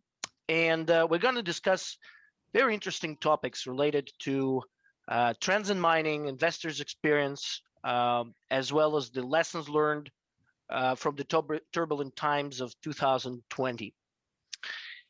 A short intro on the technicalities of our panel. So we have 4 presentations. We will start with a short presentation from EY Parthenon, presented by myself. After each of the presentation of the panelists, we would take one question from the crowd. And then after all the presentations are done, we would be happy to take other questions and also discuss several topics in an open forum. So without further ado, let me start with a short presentation on EYP views on the current trends of the metals and mining sector. Slide 3, please. To start with, just a few words about us. We've got a very large metals and mining practice, which serves clients globally across different service lines. In different regions, we've got over 2,000 practitioners worldwide in almost every prominent mining regions of the world. I represent EY Parthenon, which is a strategy arm of EY, which focuses on a corporate and growth strategy, turnarounds, and transaction strategy and execution. Slide 4, please. 2020 year has been a year of a mixed impact on the metals and mining industry. We looked at the industry from the standpoint of short-term disruption of the business model, as well as a longer-term impact on the business logic. And if you look at various commodity classes, in our view, iron ore and gold had almost no impact during this year. In fact, even some positive dynamic going forward. Coking coal looks quite resilient as well. In the short term, the strongest impact was on thermal coal, precious and ferroalloys. And obviously, going forward and also in the short term, the most impacted were the base metals such as aluminum, nickel, and cobalt. Slide number 5, please. Price-wise, we also see quite mixed outcomes on the commodities. We see that all metals, all the markets were impacted. Bulks look a little bit more resilient, which is fueled by the Chinese demand, specifically in the iron ore and coking coal. However, ample amount of coking coal supply is regulated by the Chinese import quotas and also by the lower demand ex-China, which can lead to the more oversupply of the coking coal on the global seaborne market. As mentioned, base metals are hit the hardest, with gold remaining in demand and as a safe haven. I think our panelists will talk a bit more on that specific topic. Slide number 6, please. In our work, we look into the global trends on the macro environment level.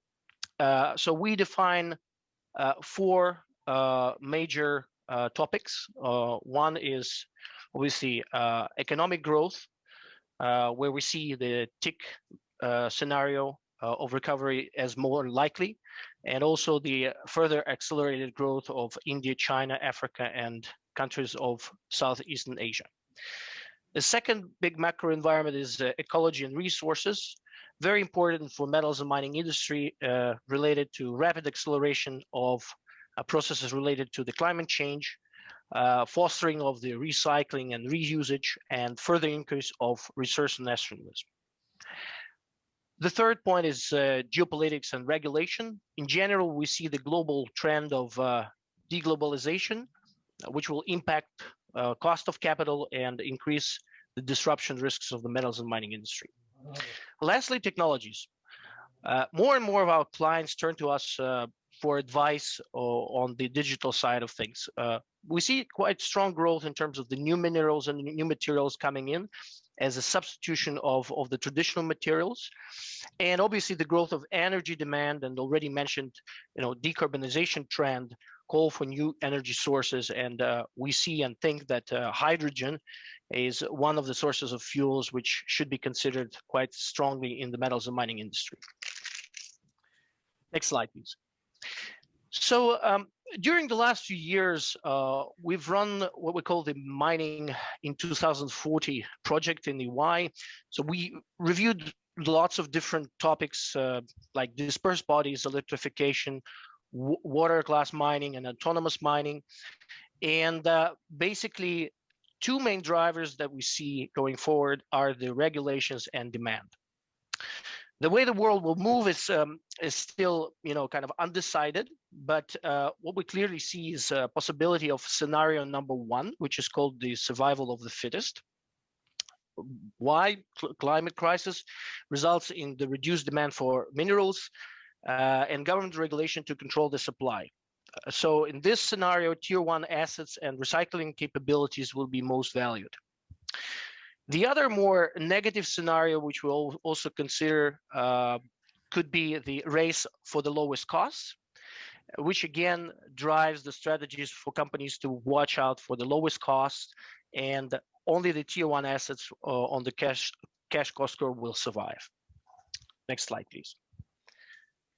I'm briefly going to touch upon the risks, which is also very important. In the EY, we'll look at it through the so-called COVID-19 lens. So we've run a few researches in the EY based on which risks are fundamentally important after 2020. And these are license to operate, future of the workforce, digital, reducing carbon footprint, high impact risks, and cyber.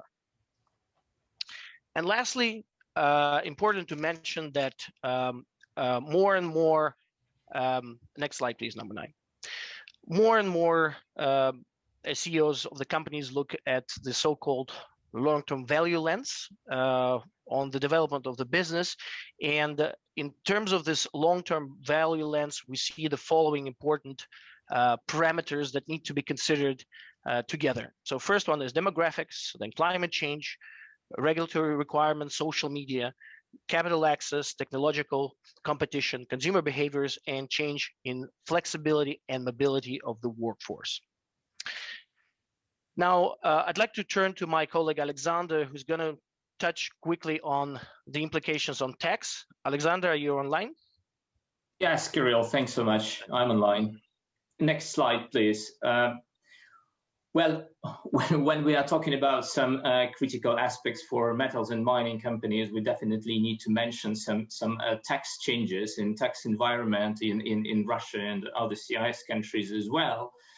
And speaking about these changes, definitely 2020 year was not very easy for the state budgets. Respectively, we may expect that some changes in the tax law can be expected in the near future, and we can see some of them which are already implemented. And these changes, let's say, for example, a mineral extraction tax is increased in Russia, for example, but for several types of minerals, and this increase is quite dramatic. So it's the mineral extraction tax increased in 5 times starting from 2021 in order to compensate the additional pressure on the state budget.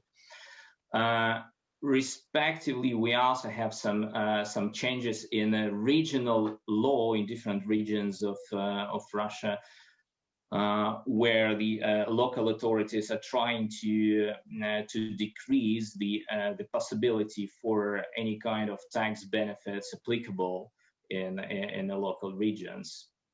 At the same time, we also have some negative trends in a court practice and the position of the tax authorities during the tax audit. So the overall pressure on the taxpayer in Russia and in some other CIS countries is dramatically increased.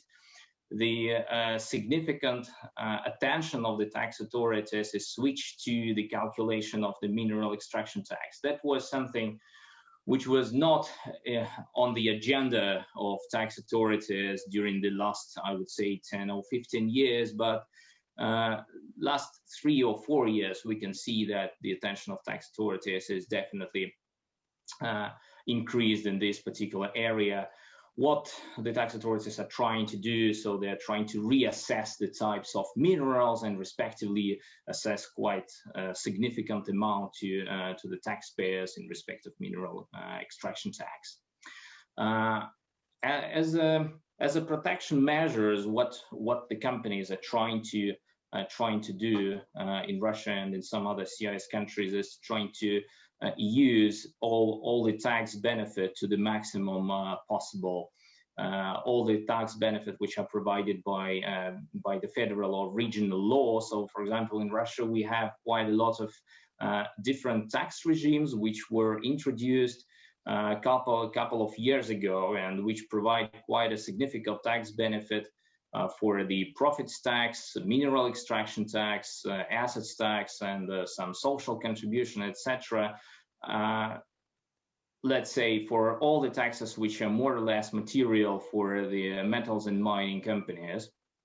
And that is what the taxpayers are normally trying to do in order to compensate the increase of pressure from the tax authorities from tax standpoint. Respectively, we can expect that what the companies will do in the near future, so that they will tend to carefully analyze all the tax policies in respect of mineral extraction tax in order to mitigate somehow the tax risks of the tax audits, and definitely they will try to use as much as possible the tax benefits regime which are already introduced. I think that that's everything that we can mention from the tax side as of now. Thank you very much, Alexander. So this kind of opens the floor to our panelists. I would like to introduce William Dunford from Kinross Gold. William, over to you, please, with your presentation. Okay, thanks. I'll just wait for it to get loaded up here.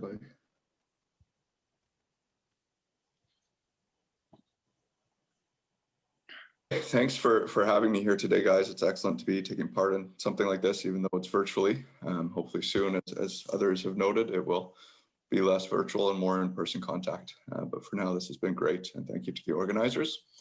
So I just, as always, wanted to please make sure that everybody is aware that I will be making forward-looking statements within this presentation. So if you want a full and complete discussion of the risks and assumptions, please refer to our last press release from February 10th. So we can move on to the next slide. So this is a quick slide just to make anyone who's not already familiar with Kinross's operations, what we are as a company. So as you can see there, we're a globally diversified gold mining company with operations in 6 different countries. We produced 2.4 million ounces of AU equivalent last year, and over 20% of that came from our Chukotka assets in the Russian region. And we're very proud to be the largest Canadian investor in Russia and the largest foreign investor in the Russian gold mining industry. As you can see on this next slide, we've been in Russia for 25 years, as was mentioned earlier, and we've been in our current operating region of Chukotka for just over 12 years. Chukotka is a region, you can see it on the map there at the very top right of Russia, obviously a very remote region and a highly prospective region from a gold mining perspective. So it's been an excellent place for Kinross to build out its assets. You can see here some other key highlights. Obviously, one thing you'll note is that we do have a major investment footprint within the Russian region. And we are a significant producer, with having hit a milestone in February of this year, producing over 7 million ounces of gold since starting our Chukotka operations in 2008. That's from the 2 mines, Kupol and Dvoynoy. So I think the other thing to note is that Russia has really been instrumental in Kinross's success as an overall gold mining company. It is a large part of our overall portfolio, and we have been there for a long time. So we are, we're a Canadian company, but we're not just a Canadian company operating in Russia. We are very much so a Russian company as well. So you can see from this graph at the top here, this highlights how successful we've been in the Chukotka region in terms of expanding our resource over time. So this bar chart shows both the historical production and the remaining resource. So it's a life of mine resource. So we have been extremely successful, particularly over the last couple of years, in expanding that resource. And at the bottom, you can see what that's doing for us in terms of allowing us to bridge our production. So the highlighting there kind of shows our expected Kupol mine life. It now goes out until 2025 based on the success of our recent exploration. And that will bridge us into our planned start of production at Udinsk. So it's been a very, very good year for us from an exploration perspective. And we also produced over 510,000 ounces of AU equivalent in 2020. So the fact that from an exploration perspective, we were able to replace almost all of that in our reserves, it's been very good, and it shows the prospectivity of these regions in the far east of Russia. And even though obviously our gaze is now shifting to the future as we look to build Chuvoktan, you can see that with 510,000 ounces still coming out of the Chukotka region, it's still critical to us as a company and a huge part of our focus. So you can see on this slide what we call the Kupol synergy zone. It's the area surrounding Kupol where we believe that we can use the infrastructure in place with the mill at Kupol to process material from mines that we find within that region. So we are heavily focused on exploration in this region in 2021, particularly on the Kayanmavam license, which we acquired last year. But also you can see on that map in the top right, there is a variety of other highly prospective exploration properties that we're drilling out. So there's continued exploration at the Kupol and Dvoynoy front, and there's also continued exploration at the Chulbatkan front in Khabarovsk. So we have an exploration budget just for Chukotka this year of $24 million, which is the highest that we've had. So it's just going to show how strongly as a company we're focused on investment in this region. So as for anyone who hadn't seen the news headlines, we did acquire this asset, the mine itself, the open pit itself, we're calling Udinsk, and the overall property package Chulbatkan. It was acquired in January of last year. It's a new region for Kinross, obviously being in Khabarovsk now, so that's very exciting for us as a company, and I think goes to show continued strong relationship within Russia. The preliminary estimates are shown here. Obviously, it's early stages, but you can see that we're expecting an initial mine life of about 6 years, with 1.8 million ounces being recovered. We've got a very good strip ratio, which leads to quite a good all-in sustaining cost. As any of the other gold miners on the call will know, an AISC in the range of $550 an ounce is truly tier one asset. And we expect to invest around 500 million into the asset. That's excluding the acquisition costs. So it's a significant investment for us back into the Russian region, and obviously very exciting. So here you can see the land packages on the right side. You can see that the small area that's outlined in black, it's a bit hard to see, but that's the actual Udinsk pit. That's where we focused most of our drilling in 2020. There was 60,000 meters put into that area. And that the intention of that was obviously to build out a resource that we declared at the end of last year, and to prepare us for the PFS and reserve estimates that we're working on in 2021. However, we also completed a significant amount of geochemical and geophysical work last year, which has led to some really high quality targets for 2021, which you can see outlined in the red there. So we will be stepping out this year from our initial resource pit at Udinsk to other prospective targets on the larger land package, which we hope to yield great success for us. We've also started the PFS that's already commenced. It's going on track and on plan. We're focusing on the heap leach process flow for the asset, and we're expecting to complete the PFS in Q4 2021, with first production being targeted for 2025. We're also studying a variety of things through that PFS to try and prioritize infrastructure work and fast track construction. We're looking at things like the viability of a power line to connect into the regional grid. So this could be a great thing, not just for us, but for the region in general. And we're targeting declaration of a reserve at the year end of 2021 on the back of completion of that PFS. So here you can see a picture from our first Chulbatkan working group meeting. So again, as I mentioned earlier, being in Khabarovsk is a new region for us as a company. So we're very, very happy to have had very positive reactions, both from state and local governments to our original announcement and to our plans that are now being developed for development of the asset itself.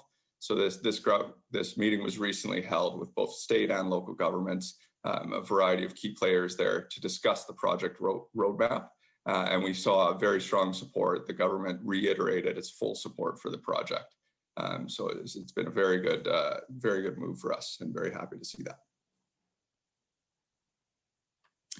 Now, obviously, we can't have a presentation these days without having a COVID slide, and it's a topic of interest for everyone. Obviously, we continue to, things have changed a lot since February of last year, but we're continuing to monitor the situation closely. We've managed to react in a way that's kept our people safe as being the first priority, and also kept our host communities, as healthy and safe as possible. You can see on the right side there, we've been providing a lot of support to the local communities. We've donated over 1.8 million to healthcare institutions in Chukotka, Magadan, and Khabarovsk. And we've also assisted healthcare institutions with procurement of equipment. We continue to implement, comprehensive COVID-19 management plans, as I'm sure everyone on this call does in their various businesses. For us, because we're remote operations, that means widespread use of testing, widespread use of quarantines, widespread use of social distancing, and a lot of kind of positive messaging to try and keep our workforce engaged, try and keep our workforce safe, and stay away from fatigue type issues that could get our people hurt. And overall, as anyone who's looked at our results have seen, the COVID pandemic has not had a material negative impact on our business. So overall, our mitigation steps have been successful, but we continue to remain cautious and prepared, while looking forward to obviously positive progress with vaccines through 2021. We have a lot to keep us busy as a company in the region, both in Chukotka and in Khabarovsk. So we expect 2021 to be a very exciting year for us as the pandemic, starts to take positive progress in the right direction. We also, as a company, expect to expand our presence in the Russian region. So that's all I have for you today. Sorry to be ending on I just realized I'm ending on a COVID slide, but hopefully next year we won't have a COVID slide at all. So thank you guys for the time. Yes. Okay, William. Thank you so much for your presentation. We don't really have too many questions from the participants, but maybe just one single question on my side. How do you see the current M&A activity in the gold space? Has it changed in 2020? What are the prospects going forward in 2021? Yeah, I mean, obviously, 2019 and 2020 saw a significant change in the gold space in particular. In terms of mergers and acquisitions, there was a large consolidation of major gold players, which I'm sure anyone who watches the space has very cognizant of. So I think that dynamic, we've seen cycles like that before. It happens every 10 years or something like that. So there will be continued pressure, I think, on consolidation, which I think can be a healthy thing for the industry. As you alluded to earlier, it helps through that cycle of kind of prioritizing the tier one assets and making sure they get the capital that's needed. So I think there will be a continued focus now that there's been the consolidation among the big players. I think you'll see more ideas coming out and potentially more transactions happening that involve consolidation of the mid caps. Where I think there's a bit more opportunity there for synergies and economies of scale as some of those operations combine, particularly companies that have quality single assets that could really be better leveraged in the hands of a more global diversified mining company. So I think it'll continue to be a good environment. Obviously, the gold price in a way helps. There's a lot more capital out there for the junior mining sector and for the intermediates, and support from shareholders for transactions. But obviously the gold price has also driven prices up. So that can at times get in the way as well. So I think overall it's a good M&A environment and positive, healthy things happening for the industry from an M&A perspective. I don't know if that answers your question. William, thank you. Thank you so much. It's great to hear that the gold sector is doing pretty well and is quite resilient in this kind of times. Moving forward, I would like to give the floor to Mr. Yuri Gavrilov from Metal Invest. Yuri, I hand over to you for your presentation. Thank you, Kirill. Thank you very much. First of all, thank you for the opportunity to participate in the CERBA conference and present Metal Invest and our plans for development, specifically for decarbonization of our technological processes and products for our clients. This is one of the trends, international trends, which were formed for the several previous years, and last year actually we believe accelerated such tendency. So in this case, we believe that our plans should address the international agenda, especially in terms of the climate agenda, which was mentioned today, and also decarbonization as big ambitious target. But now let me start with a brief description and presentation of our group, Metal Invest, as iron ore producer and also steel producer. Now we operate 4 main production sites in the Russian Federation. Lebedynsky mine, Mikhailovsky mine, 2 very large open pit mines located in the central part of the country. Nearby, we have a metallurgical facility called OMK. This is the only producer of DRI for our internal use. We charge our electric arc furnaces with DRI. And that gives us very good, stable quality of our steel and steel products for our clients. And we also run Ural steel located on the border with Kazakhstan in the south part of Urals in terms of our position. We have quite diversified product mix as truly vertically integrated company.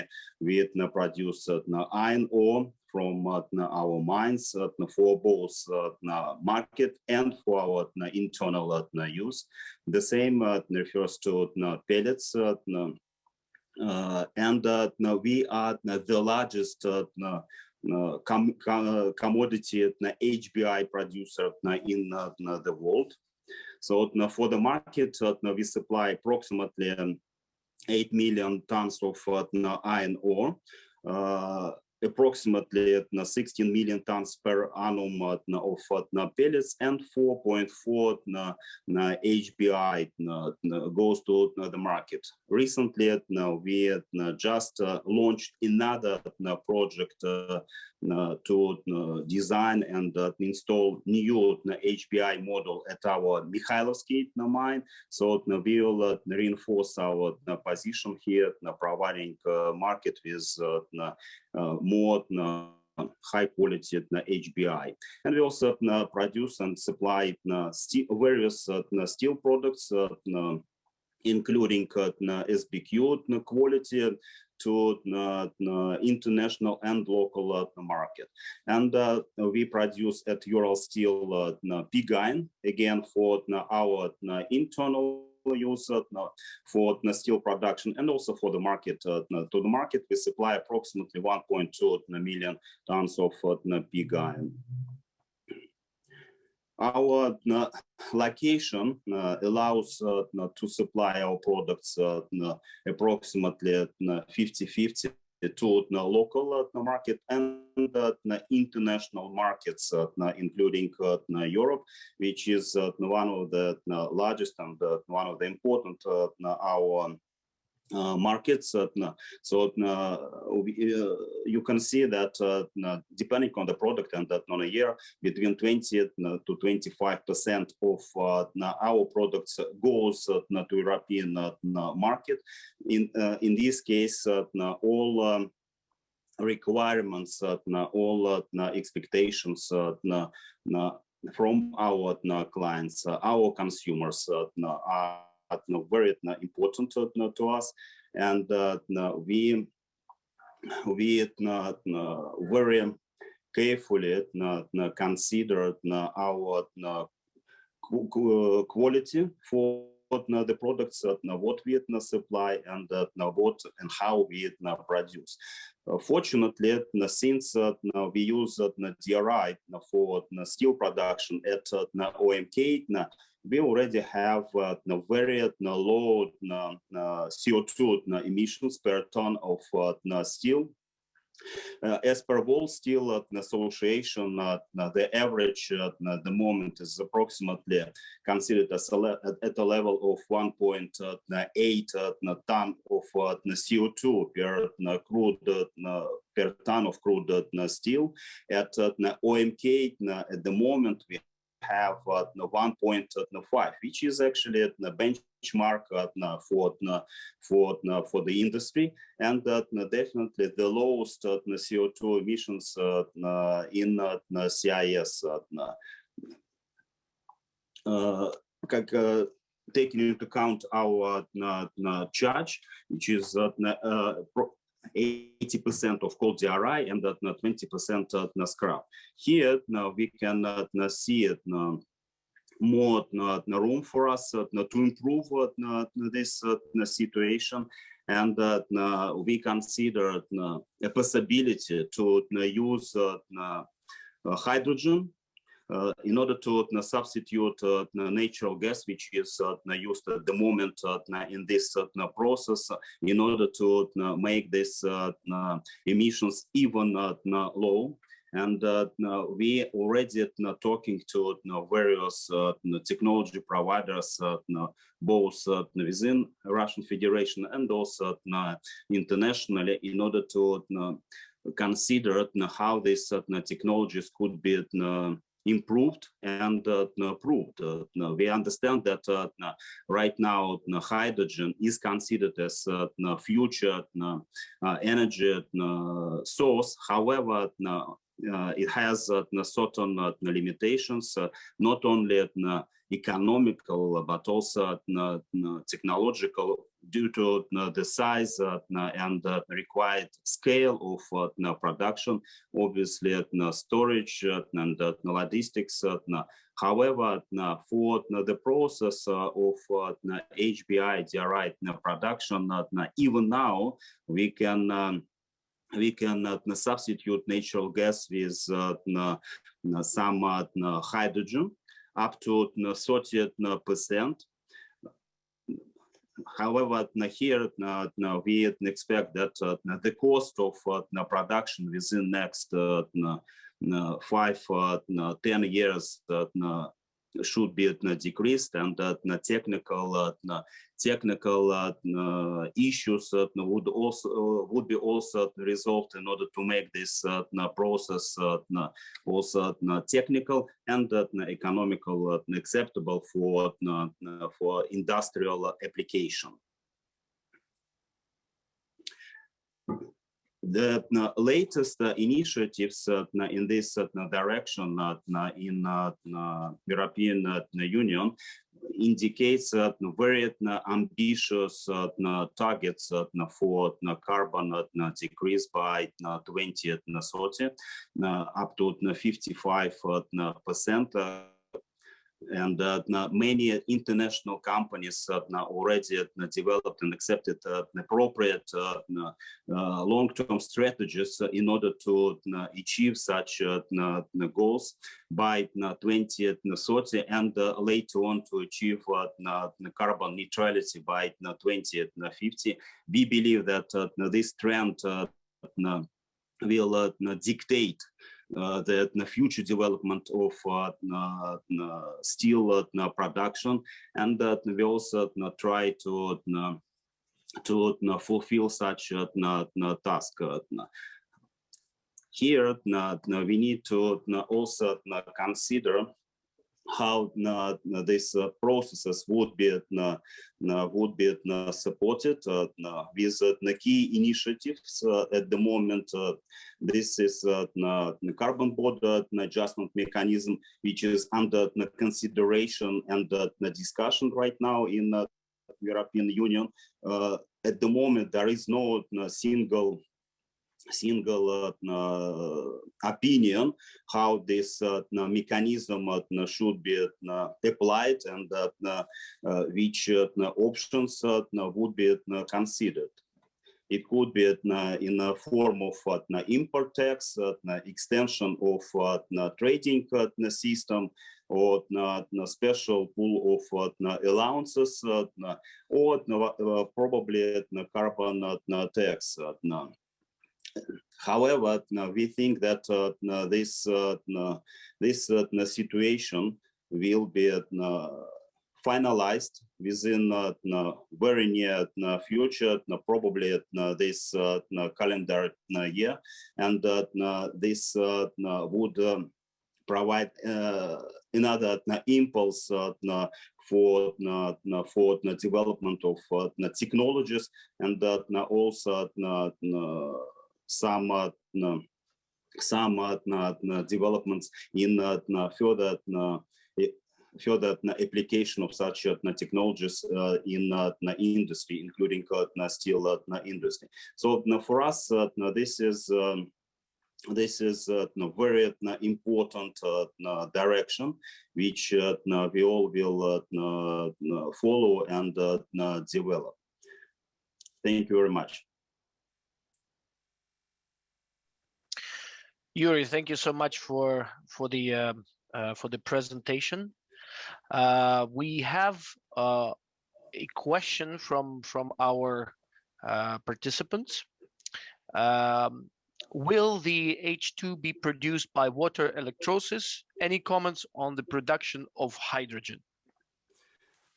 This is a very important question, and this is a big question. We know that right now there are several technologies which are considered for the production of hydrogen, And obviously, the most attractive from the ecological point of view is to produce hydrogen with electrolysis using sun electricity or with wind. However, the scale is not there yet. So it would require further investigation and further R&D works in order to improve the process technology to decrease the cost of such production. Another process is to use natural gas with thermal process. However, it would require capture of CO2 and its storage or further processing, probably in the chemistry. So there are several alternatives, and here we believe that it would require probably another 3, 4, 5 years in order to select the most appropriate technology for industry. Again, it would depend on various factors. I hope I answered the question. Yuri, thank you so much for your answers. We see that Europe and the EU in general is very concerned with the decarbonization processes. Many of the key players on the market are already full steam ahead with their thinking around the decarbonization process internally and the technological shifts which follow. And it's very interesting and important to see that in Russia we are not only following this trend but also kind of leading it from your side as a good example in DRI and steel. Moving on, I would like to invite our next speaker, Mr. Neil Reeder from B2 Gold. So over to you, please.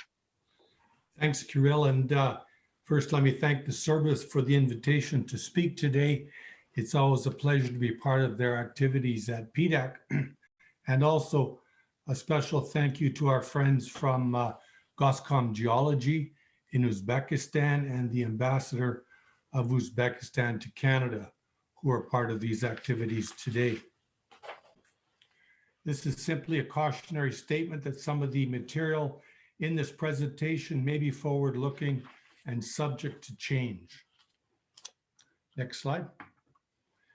So this is a B2 Gold's map of the world, showing you sort of the different activities we're involved in. Headquarters in Vancouver, over 4,000 employees worldwide. Colombia is a project in advanced development, a joint venture with AngloGold Ashanti. We could be looking at potential mine decision there within the next several months. Over to the continent of Africa, of course, we've got our largest mine at Fekola in Mali, along the border with Senegal. A second mine, Ojikoto, in north of the capital of Windhoek in Namibia. And in Burkina Faso, another project in the development phase. We're looking at energy options, including solar and natural gas, that might help make that more attractive to go forward with the mine. That's about a 4 million ounce deposit. On the far right, the Philippines is our second largest mine on Masbate Island in the center of the country. And then we've got 2 major exploration projects ongoing in Finland, in the Lapland region, very close to the Rupert Resources property. They've made some interesting announcements lately on their discoveries. And of course, in Uzbekistan, which I'll come to in a few minutes. Next slide. Maybe just a quick look at B2 Gold before we turn to Uzbekistan. On the left, you'll see the flags of the countries where we've acquired and built mines, going back to our first work in Chile. Now, this construction team of B2 Gold has been with us throughout. It's in-house construction, and they've built 8 mines with us so far. You'll see in Russia, we, in our experience, we The first 3 mines were built by Bema Gold. We were acquired by Kinross Gold in 2007, and subsequently those remaining mines have been built by B2 Gold. On the right side, just to highlight sort of fairness, respect, and transparency as part of our operating ethos as B2 Gold. That comes from the top from our president and CEO, Clive Johnson, but it's instilled in the culture and the DNA of all B2 Gold employees. Accountability as well, and that means accountability to communities, to governments, to employees, and to shareholders. Next slide. Here we're just showing you a bit of the results from 2020. We had a very good year, of course, slightly over 1 million ounces in production for the year. Very impressive as well in terms of our revenue. And in the lower right, cash operating costs and all-in sustaining costs, which are among the lowest in the industry among our peers. Next slide. Looking to 2021, we're just showing here our production guidance for the year. In the upper left, you'll see we're aiming for around 1 million ounces of production again. The Fekola mine being the largest producer, we're aiming for slightly under 600,000 ounces. The Masbate mine and Namibia, those are all open pit mines. And we've also got a small ownership in 2 mines in Nicaragua that we sold to Calibre Mining, and we have kept a retained equity in those mines as well. We're also developing an underground mine at Otjikoto in Namibia, which is just in the early stages. Next slide. So just to touch on people, central to our work, of course, is support and engagement with local communities and providing opportunities to the local population. So you see on the left, we're very proud of our numbers on local employment.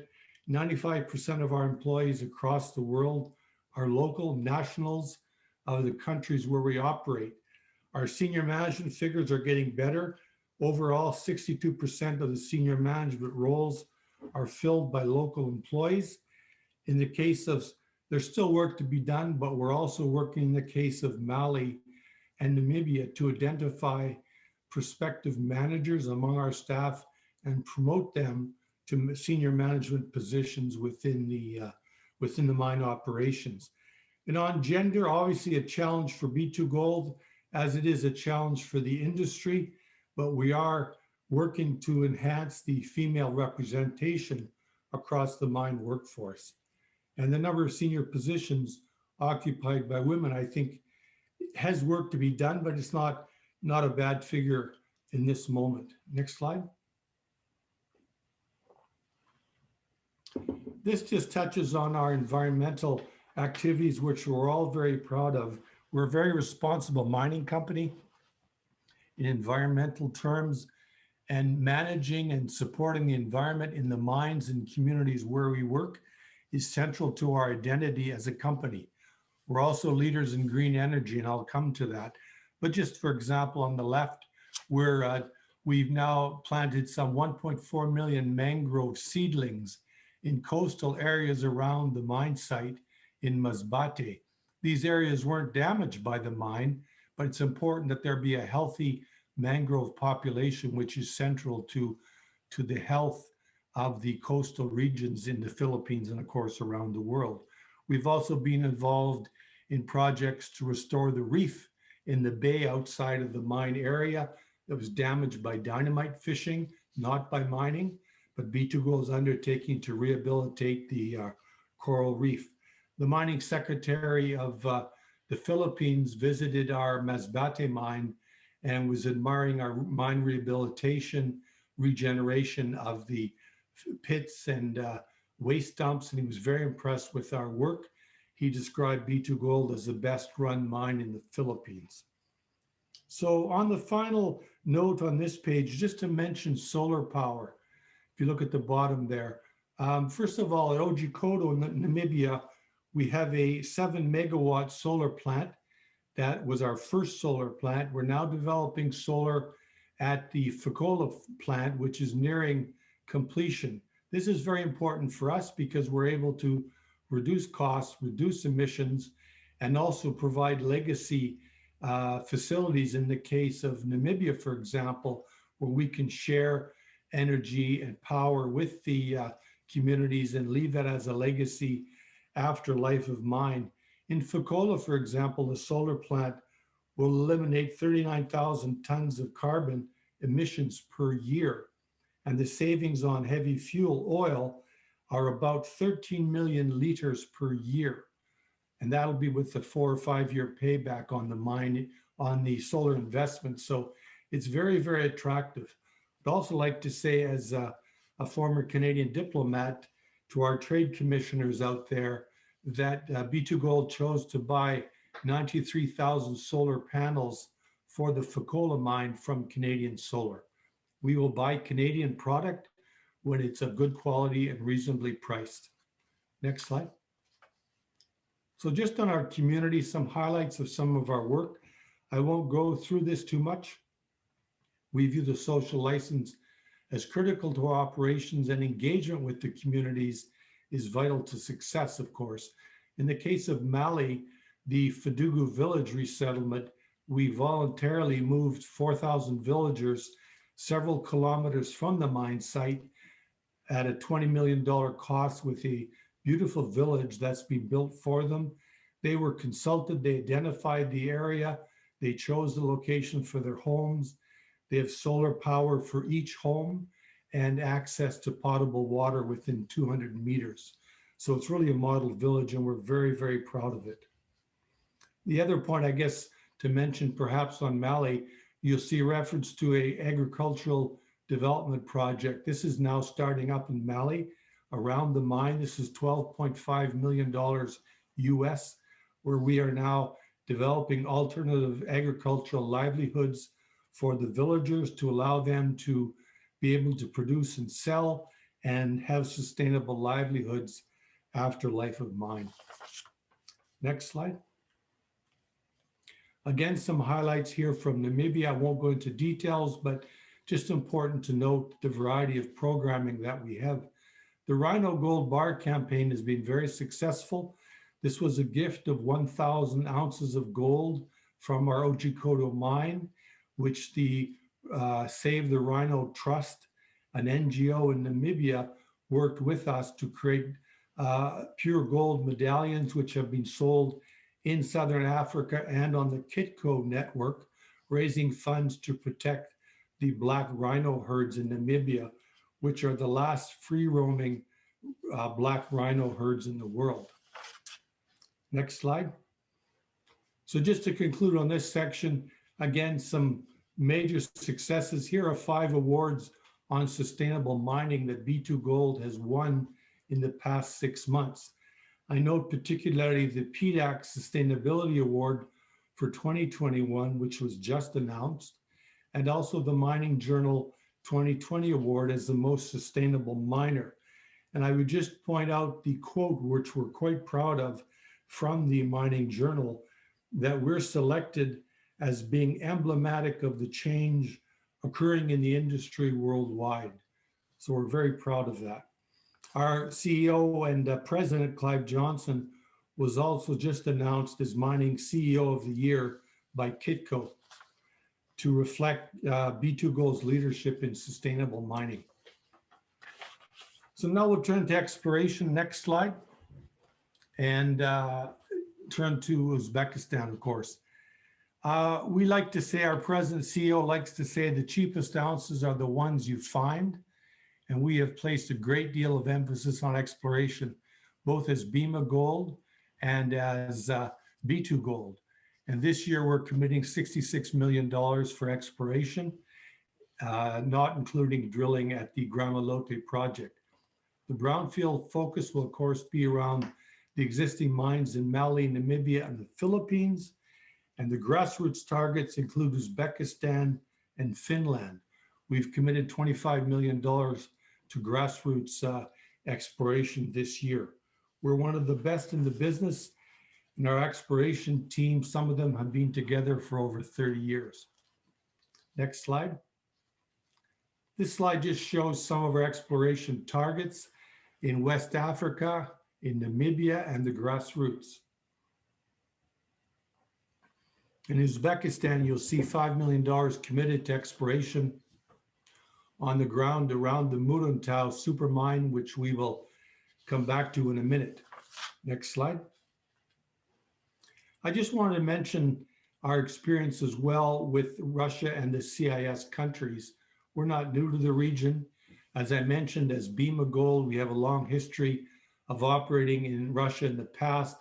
We built the Julietta gold and silver mine in the Magadan region in 2000, and we discovered and we're building the Kupol gold and silver mine, which our colleague from Kinross mentioned before Bima was acquired by Kinross in 2007. And since that time, we've maintained excellent relations with the Russian authorities, relationships that have carried on to today. Next slide. So on Uzbekistan, why should we be there? This just gives you some of the realities of Uzbekistan that have drawn us to this company. Great potential, obviously, a strong track record of major deposits, and a very strong and growing economy. We're very impressed by the efforts being undertaken by the president of Uzbekistan towards moving to a market economy to further liberalize the economy and welcoming foreign investment. This will in the end generate jobs, economic opportunity and prosperity for the people of Uzbekistan, and we believe the country is very much on the right track. The privatization initiative, which was also mentioned earlier, is also very important. Next slide. So our early engagement with Uzbekistan, in fact, dates back to about 2007, when we were still Bima Gold. We did approach the Uzbekis at that time, and we've maintained interest in the country. And it's only now in the past 2 years we've been able to realize our interest in Uzbekistan. Right now, we're the only senior Western gold company that is active in exploration in the country. Next slide. We also just want to tip our hat to Goscom Geology and thank them for the very warm relationship that we've enjoyed. They've obviously helped us out in the early days of getting our office set up in Tashkent, in facilitating permitting and the importation of equipment. They're very important partners for us. And I do want to thank them as well for the major work that was mentioned earlier by Goscom Geology in terms of pushing ahead with the new mining code and other reforms that are ongoing. This is very positive for the future of mining in Uzbekistan. Next slide. Here we're just showing you now some visuals of our early exploration work. Just to note that we've committed, as it said, $5 million for exploration around the Muruntau mine. Just coincidentally, this week, Kitco announced that on its top 10 of world gold mines by production, that the Muruntau mine is #1. And their estimate, which we believe, is that the overall production of Muruntau is slightly over 2 million ounces per year. So a very impressive mine, a very impressive location. We have 3 licenses in the Navoy region, which is in the general area of Muruntau, and we've got 30 targets identified. We've already spent $4.5 million over the past 2 field seasons and are looking to expand that this year with nearly 40 people employed permanently or under contract. Next slide. Again, another shot of our drilling operations. We've got a lot of trenching, auger drilling, and some initial geophysical surveys completed. We have discovered a large geochemical anomaly similar to the Muruntau gold deposit in the areas where we're operating. So we are looking at this very optimistic about the future, and we hope that this will lead to a major discovery and the potential for B2Gold to build a world-class gold mine in Uzbekistan. We go where the resource takes us. We're focused on geology, not geography, and we've always been attracted to Uzbekistan and believe it holds tremendous gold potential. Next slide. Finally, as I've mentioned we've got a very strong balance sheet. We are debt-free. We have a $600 million revolving credit fund that's available in a very, very strong cash position. So we're pleased to consider further investment in Uzbekistan, further opportunities if advanced new projects come to the fore. And we're always happy to work with our Uzbek partners and share with them our long international experience. Thank you very much. Maybe just the last slide to show you the contact details for B2Gold. And I'd be glad to take any questions you might have. Thank you. Neil, that was really, really interesting and a profound presentation on your operations. We are running slightly over time, but we also have another important speaker, Sean Quinn from Cameco. So I would suggest we turn to this presentation and ask the participants to stay slightly longer for this interesting topic to discuss a little bit the questions that we have after the panel presentations. So Sean, over to you, please.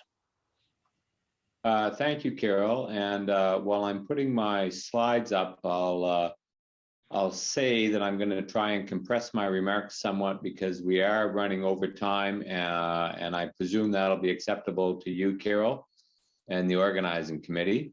Absolutely. Okay. Anyway, thank you for the introduction, Carol. Good morning, good afternoon, or good evening, as the case may be, for everyone who's joining us online today. I do have one question that I myself will save for the end, and that's, Carol, when you did your presentation at the beginning, and I think it was slide 7 or 8 in your presentation, you had a quadrant with survival of the fittest in the left-hand corner, and I'd just like to hear from you as to whether you think Cameco's in that quadrant or not after we get through the rest of the session today. So. Sure. Anyway, I will start by saying how pleased I am to participate in this panel today along with everyone else. And I, in particular, like to acknowledge the organizer, Canada, Eurasia, Russia Business Association, CERBA, for pulling together this event in today's challenging environment. And of course, I'd like to thank CERBA for giving Cameco an opportunity to present. Overall, I've been with Cameco for almost 27 years, and during that time, I've had some degree of involvement with all of our mining operations across the globe, including, probably most notably, our partnership with Kazatomprom in Kazakhstan at JV Inkai. As I was preparing this presentation, it occurred to me that I've been involved in our Kazakh file in one way or another since I started with Cameco back in 1994, and it's a partnership and a country which has always stood out for me. So today, I'd like to talk a little bit about that partnership, what the experience has been like for Cameco in Kazakhstan, a country which in many ways reminds me of Western Canada, where I make my home. Some of this history has been shared before at other survey events, but I think the context it provides is helpful in showing how our relationship with Kazatomprom and Kazakhstan has developed over the years, and that demonstrates why it's been so successful. I'm proud of the fact that Cameco was one of the first Western companies to venture into Kazakhstan back in 1992. At that time, we were looking to expand our uranium portfolio, and we were optimistic about the potential opportunities we saw in that country and that region of the world. We were also concerned because we knew that they had the resources to become a formidable competitor. By 1994, we completed a mutually beneficial investment and marketing agreement that committed Cameco, in conjunction with Kazatomprom's predecessor organization, KATEP, to introduce Kazakh-sourced uranium to Western markets. That was a vital first step in building the confidence between the two organizations that led to joint investment opportunities. That early marketing relationship then paved the way for our most important partnership and investment in the region, the Inkai joint venture. After years of teamwork and collaboration, commercial production from Inkai started in 2009. Since then, it's become a top source of uranium production and a very reliable one. We've had the pleasure of watching JV Inkai produce consistently and with an unwavering focus on safety, environmental protection, and its people. The last time I checked, the local employment at JV Inkai was in the range of 600 to 700 people. And that's something we're very proud of. Today, JV Inkai is among the best uranium mining operations in the world, and it's a very significant deposit that will, at current levels of production, exist until 2045 at least. In 2019, JV Inkai successfully increased production to 8.3 million pounds of uranium for the first time. We were projecting to produce a similar amount in 2020 until the pandemic changed those plans, just as it changed everything else. I'd like to spend a little bit more time talking about the impact of COVID-19 on JV Inkai this morning. While production was reduced due to the pandemic, what I'd like to highlight is just how well Kazatomprom and JV Inkai reacted to the outbreak. Both were incredibly prudent in their approach to the pandemic, and they took steps that really reflected our values. They focused on protecting people, the environment, and then the assets in that order. That approach is very much in line with Cameco's core values and mimics how we approach things here in Canada in dealing with the pandemic. We are obviously pleased how that focus and reaction lined up so well during the pandemic without any significant conversation required. I note that there was a question this morning about the importance of ESG, particularly in resource development. And I think I can say that Cameco is very proud of its ESG credentials. And we see JV Inkai and its response to the pandemic being a very good example of that, fitting well with our own ESG story. But it's not just about the benefits that our partnership at Inkai has brought to Cameco. Over the past 21 years, Kazatomprom has transformed from a small state-owned uranium company to the largest uranium producer in the world, and it has diversified into other areas at the front end of the nuclear fuel cycle. Today, Kazatomprom, Kazakhstan's national uranium operator, is the world leader in uranium production. Much of that credit for its continued success goes to first President Nazarbayev, President Tokayev, and Kazatomprom CEO Galimzhan Pirmatov. These men have been committed to the peaceful development and expansion of nuclear energy, and under their leadership, uranium mining and processing have become a key driver of their plan to develop a modern, diversified economy based on abundant resources and talented and hardworking people. In addition, under Mr. Pirmatov's leadership, Kazatomprom also undertook a significant step in its own development in 2018 when it undertook an initial public offering. Today, 25% of Kazatomprom shares are traded on the London Stock Exchange and the Astana International Exchange. We've obviously been impressed by the strides made by Kazatomprom and how well they run their operations. While they are our partners at JV Inkai, they are also a formidable competitor in the uranium market and a world leader in the uranium industry. In 2020, Cameco and Kazatomprom and our respective countries continued to discuss further opportunities. In November, Cameco CEO Tim Gitzel participated in the 33rd plenary session of the Foreign Investors Council chaired by the President of Kazakhstan. Cameco is the only Canadian company that is a member of the Foreign Investors Council chaired by President Tokayev, a position that we have proudly held since 2009. The FIC promotes direct dialogue between foreign investors and the government of Kazakhstan to identify ways to improve the investment climate and promote further economic development. Another helpful platform has been the Kazakhstan-Canada Business Council. Cameco and Kazatomprom have been co-chairs of that organization, which works closely with CERBA, since KCBC's creation in 2016. Collaborating on this platform has certainly contributed to further strengthening our relationship. So work has continued to further cement the partnership we have and the commitment we've made to bring the multiple benefits of nuclear energy to the world.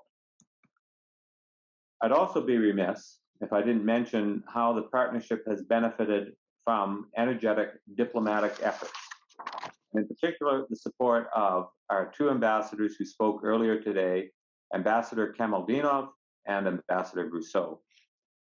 Ambassador Kamaldinov has been an extremely passionate and energetic advocate for Canadian investment in Kazakhstan. He's visited Cameco in Saskatoon 3 times over the last year alone, and he continually pushes our relationship and mutual interests forward. I can tell you that those efforts help and are very much appreciated. For his part, Ambassador Brousseau has pushed from the other side, and we're grateful for his continuing assistance and advice as well.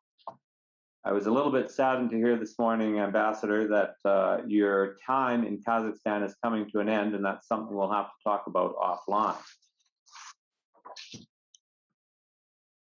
The benefits that have come from our partnership in Kazakhstan go beyond business. Cameco has been committed to giving back to a number of community initiatives in Kazakhstan over the years, in areas such as youth sports, hockey, obviously much loved in both Cameco and Kazakhstan, education, and infrastructure. Last year with COVID, we obviously had challenges and unique priorities, and we were particularly proud to become involved in a project to provide important medical and personal protective equipment to a hospital in Nur Sultan. A great initiative by a number of foreign investors who joined forces to help Kazakhstan fight the pandemic. These types of projects are something we're proud of, and we will continue to give back when and where we can. I emphasize that it hasn't always been an easy or smooth path over the years. I think the fact that I mentioned at the beginning that we were first there in 1992 and we didn't have production until 2009 is probably a testament to that. It has required patience, perseverance, and the returns didn't come quickly. There was a learning curve for us, and looking back now, it was 100% worth the effort. And the relationship and friendships that we have developed over the years, beyond the business of uranium, have been wonderful. Clearly, Cameco and Kazakhstan have worked hard together to build an impressive relationship, and I think one that is a source of great pride on both sides. The strong foundation we've developed over the years has allowed us to continually persist and open up other mutually beneficial opportunities. That's good news for countries like ours with uranium and other natural resource potential. And while the nuclear industry is still experiencing challenges, we know that global electricity demand is expected to double in the next 30 years, and much of that needs to be decarbonized. We want to do our part to aid in the transition to a net zero carbon economy, albeit at a modest return. The world needs safe, clean, reliable energy in large quantities, and that means the long-term fundamentals of our industry are positive and, in fact, quite promising. That's why we believe the future is bright for Cameco in Kazakhstan and Kazatomprom, with carbon-free, always-on nuclear power playing a key role.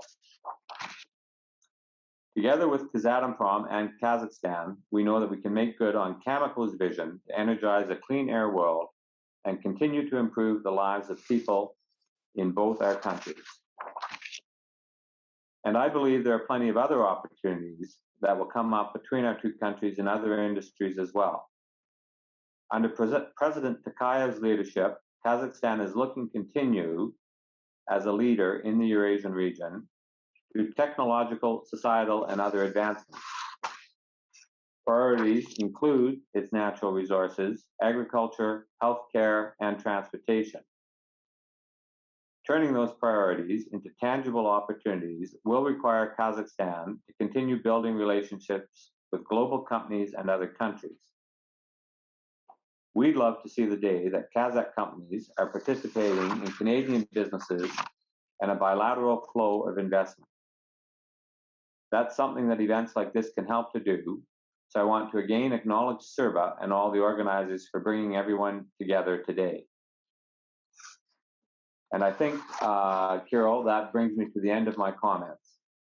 Sean, thank you so much for your presentation. Keeping in mind your question regarding the first quadrant of the scenarios, based on the presentation that you prepared, I think your company is pretty much in line with that. So partnering with a strong local player in a commodity, let's say, which you've seen in the past much better levels.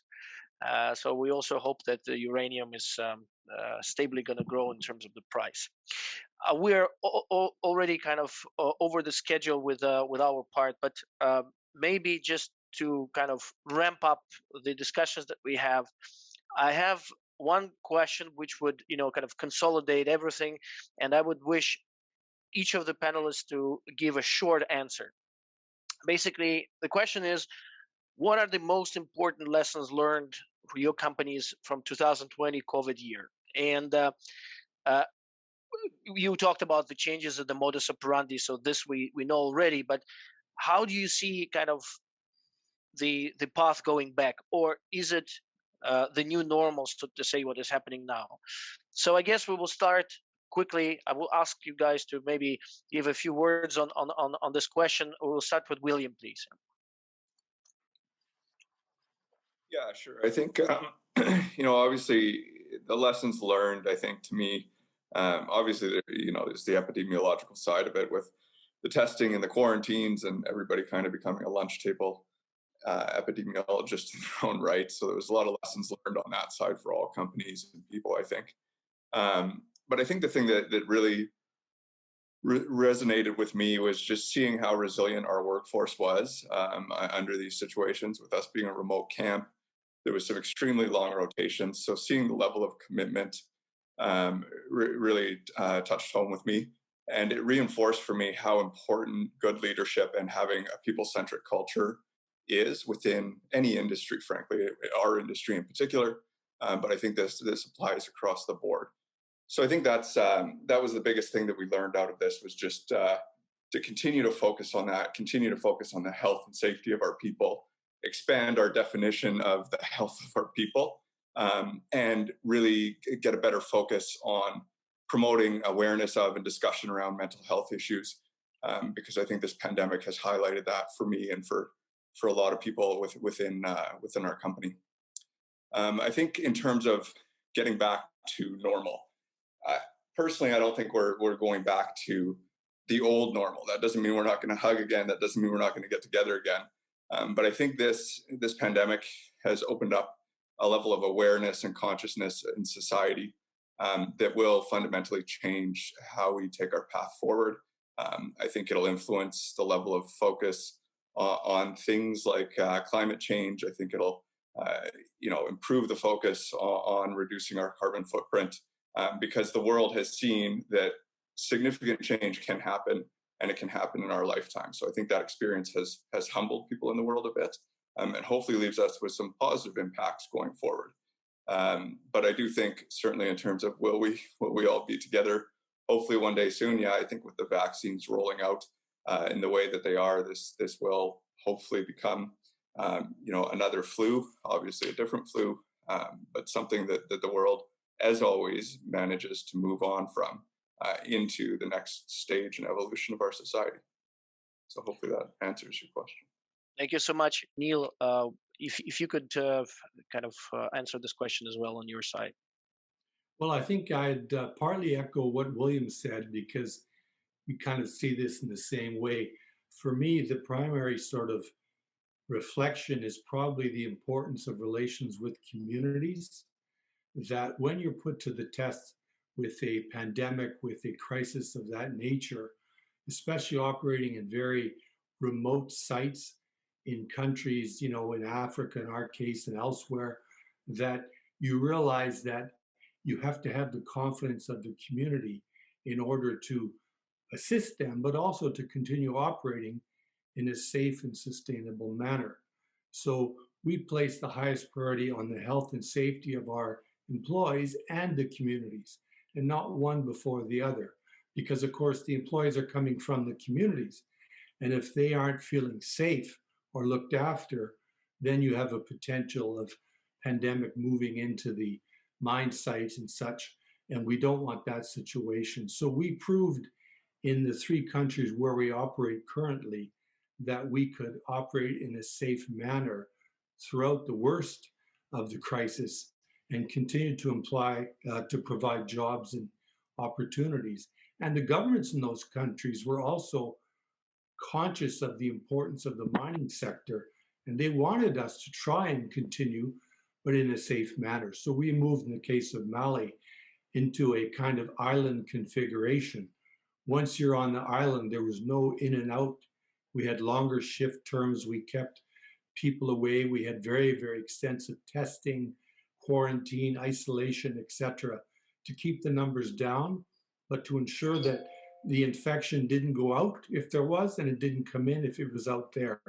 So the island configuration generally worked well, and we didn't lose any days essentially to the pandemic. So we're very pleased with that. If I can make just a final comment, something that we're starting to see. The pandemic has devastated a lot of economies, especially in the developing world. And we're seeing across the board 8, 10, 15% reduction in GDP anticipated because of the impact. So governments now are facing a fiscal challenge, not enough revenue because the economies have slowed down, people lost jobs, and they're in very dire straits. Plus, they've got to therefore regenerate new fiscal resources. And I think this means that they will, A, look to the mining sector to make sure that we pay what we're supposed to, but more importantly, they're seeing the benefit of mining. And we're seeing this now abroad. I think there's a bit of that sense in Ontario and Quebec as well, that people now recognize how important this sector is, especially in remote regions, to provide jobs, to pay royalties and taxes, which help these countries when they're in severe fiscal straits as they are now. So just a couple comments. Thanks. Neil, thank you so much. Sean, closing remarks on your side on the topic of the pandemic and going back to normal. Thank you. I'll start by, again, echoing William's comments at the beginning about the resilience demonstrated by Cameco's people and Kazakhstan's people. I'll mention them too. Where I would expand just a little bit is what I was particularly proud of at Cameco is how we ended up adhering to our values. We actually ended up taking some of our operations offline in northern Saskatchewan, which are remote fly-in sites, because of concerns about community issues. And we incurred additional costs because of that. We currently have one mine that's still down for those reasons. It will eventually come back, and I think we will continue to operate safely and efficiently. But I did think that it said something about the company's values that we took the steps we did, simply in reaction to our local communities and the importance of our social license. Other than that, going forward, I think things will never be quite the same. I think there will be a lot more dependence on things like we're doing today. I think this has pushed us into trying things that we would have been comfortable with before. On the other hand, I long for the day when I can actually go meet somebody face to face. And that can't come soon enough, quite frankly. If there's a chance to get a vaccine and get on a plane, I think I'm quite willing to elbow my way to the front of the line almost. So anyway, those would be the only comments I'd make in addition to the ones already from William and Neil. Thank you so much. And just a final comment on my end. Thank you very much for the active participation in the session. I hope we had some interesting insights and thoughts. And lastly, the motto for this year and for the next year's conference is let's do it live, let's meet together, and hopefully we can do it in Canada, Russia, or Uzbekistan, Kazakhstan going forward. I pass to Gilles, please. Thank you so much for participating. Thank you very much, Kirill. Thank you very much for all your work. Thank you for your participants, to the participants as well. I think we're a little bit late, but there's no damage done here. And I think what we need to do now is to be a bit of networking and sort of continue the work, so to speak. I was asked to say something special here at the end, of course, because I think it's the thank you part. But thank you to the organizers, but I think they should be mentioned by name. So basically, let me go through a list here. Eder Bistrik and Lilia Panova at the Canadian Embassy in Moscow, Night and License at the Canadian Embassy in Kazakhstan, Stanislav Borodyuk and Alessia Shakirova at Kinross Gold, Ibrahim Nalayev at Metallo Invest, Alexander Antonov at B2 Gold. Those actually are the people who participated in the working group that organized the event today.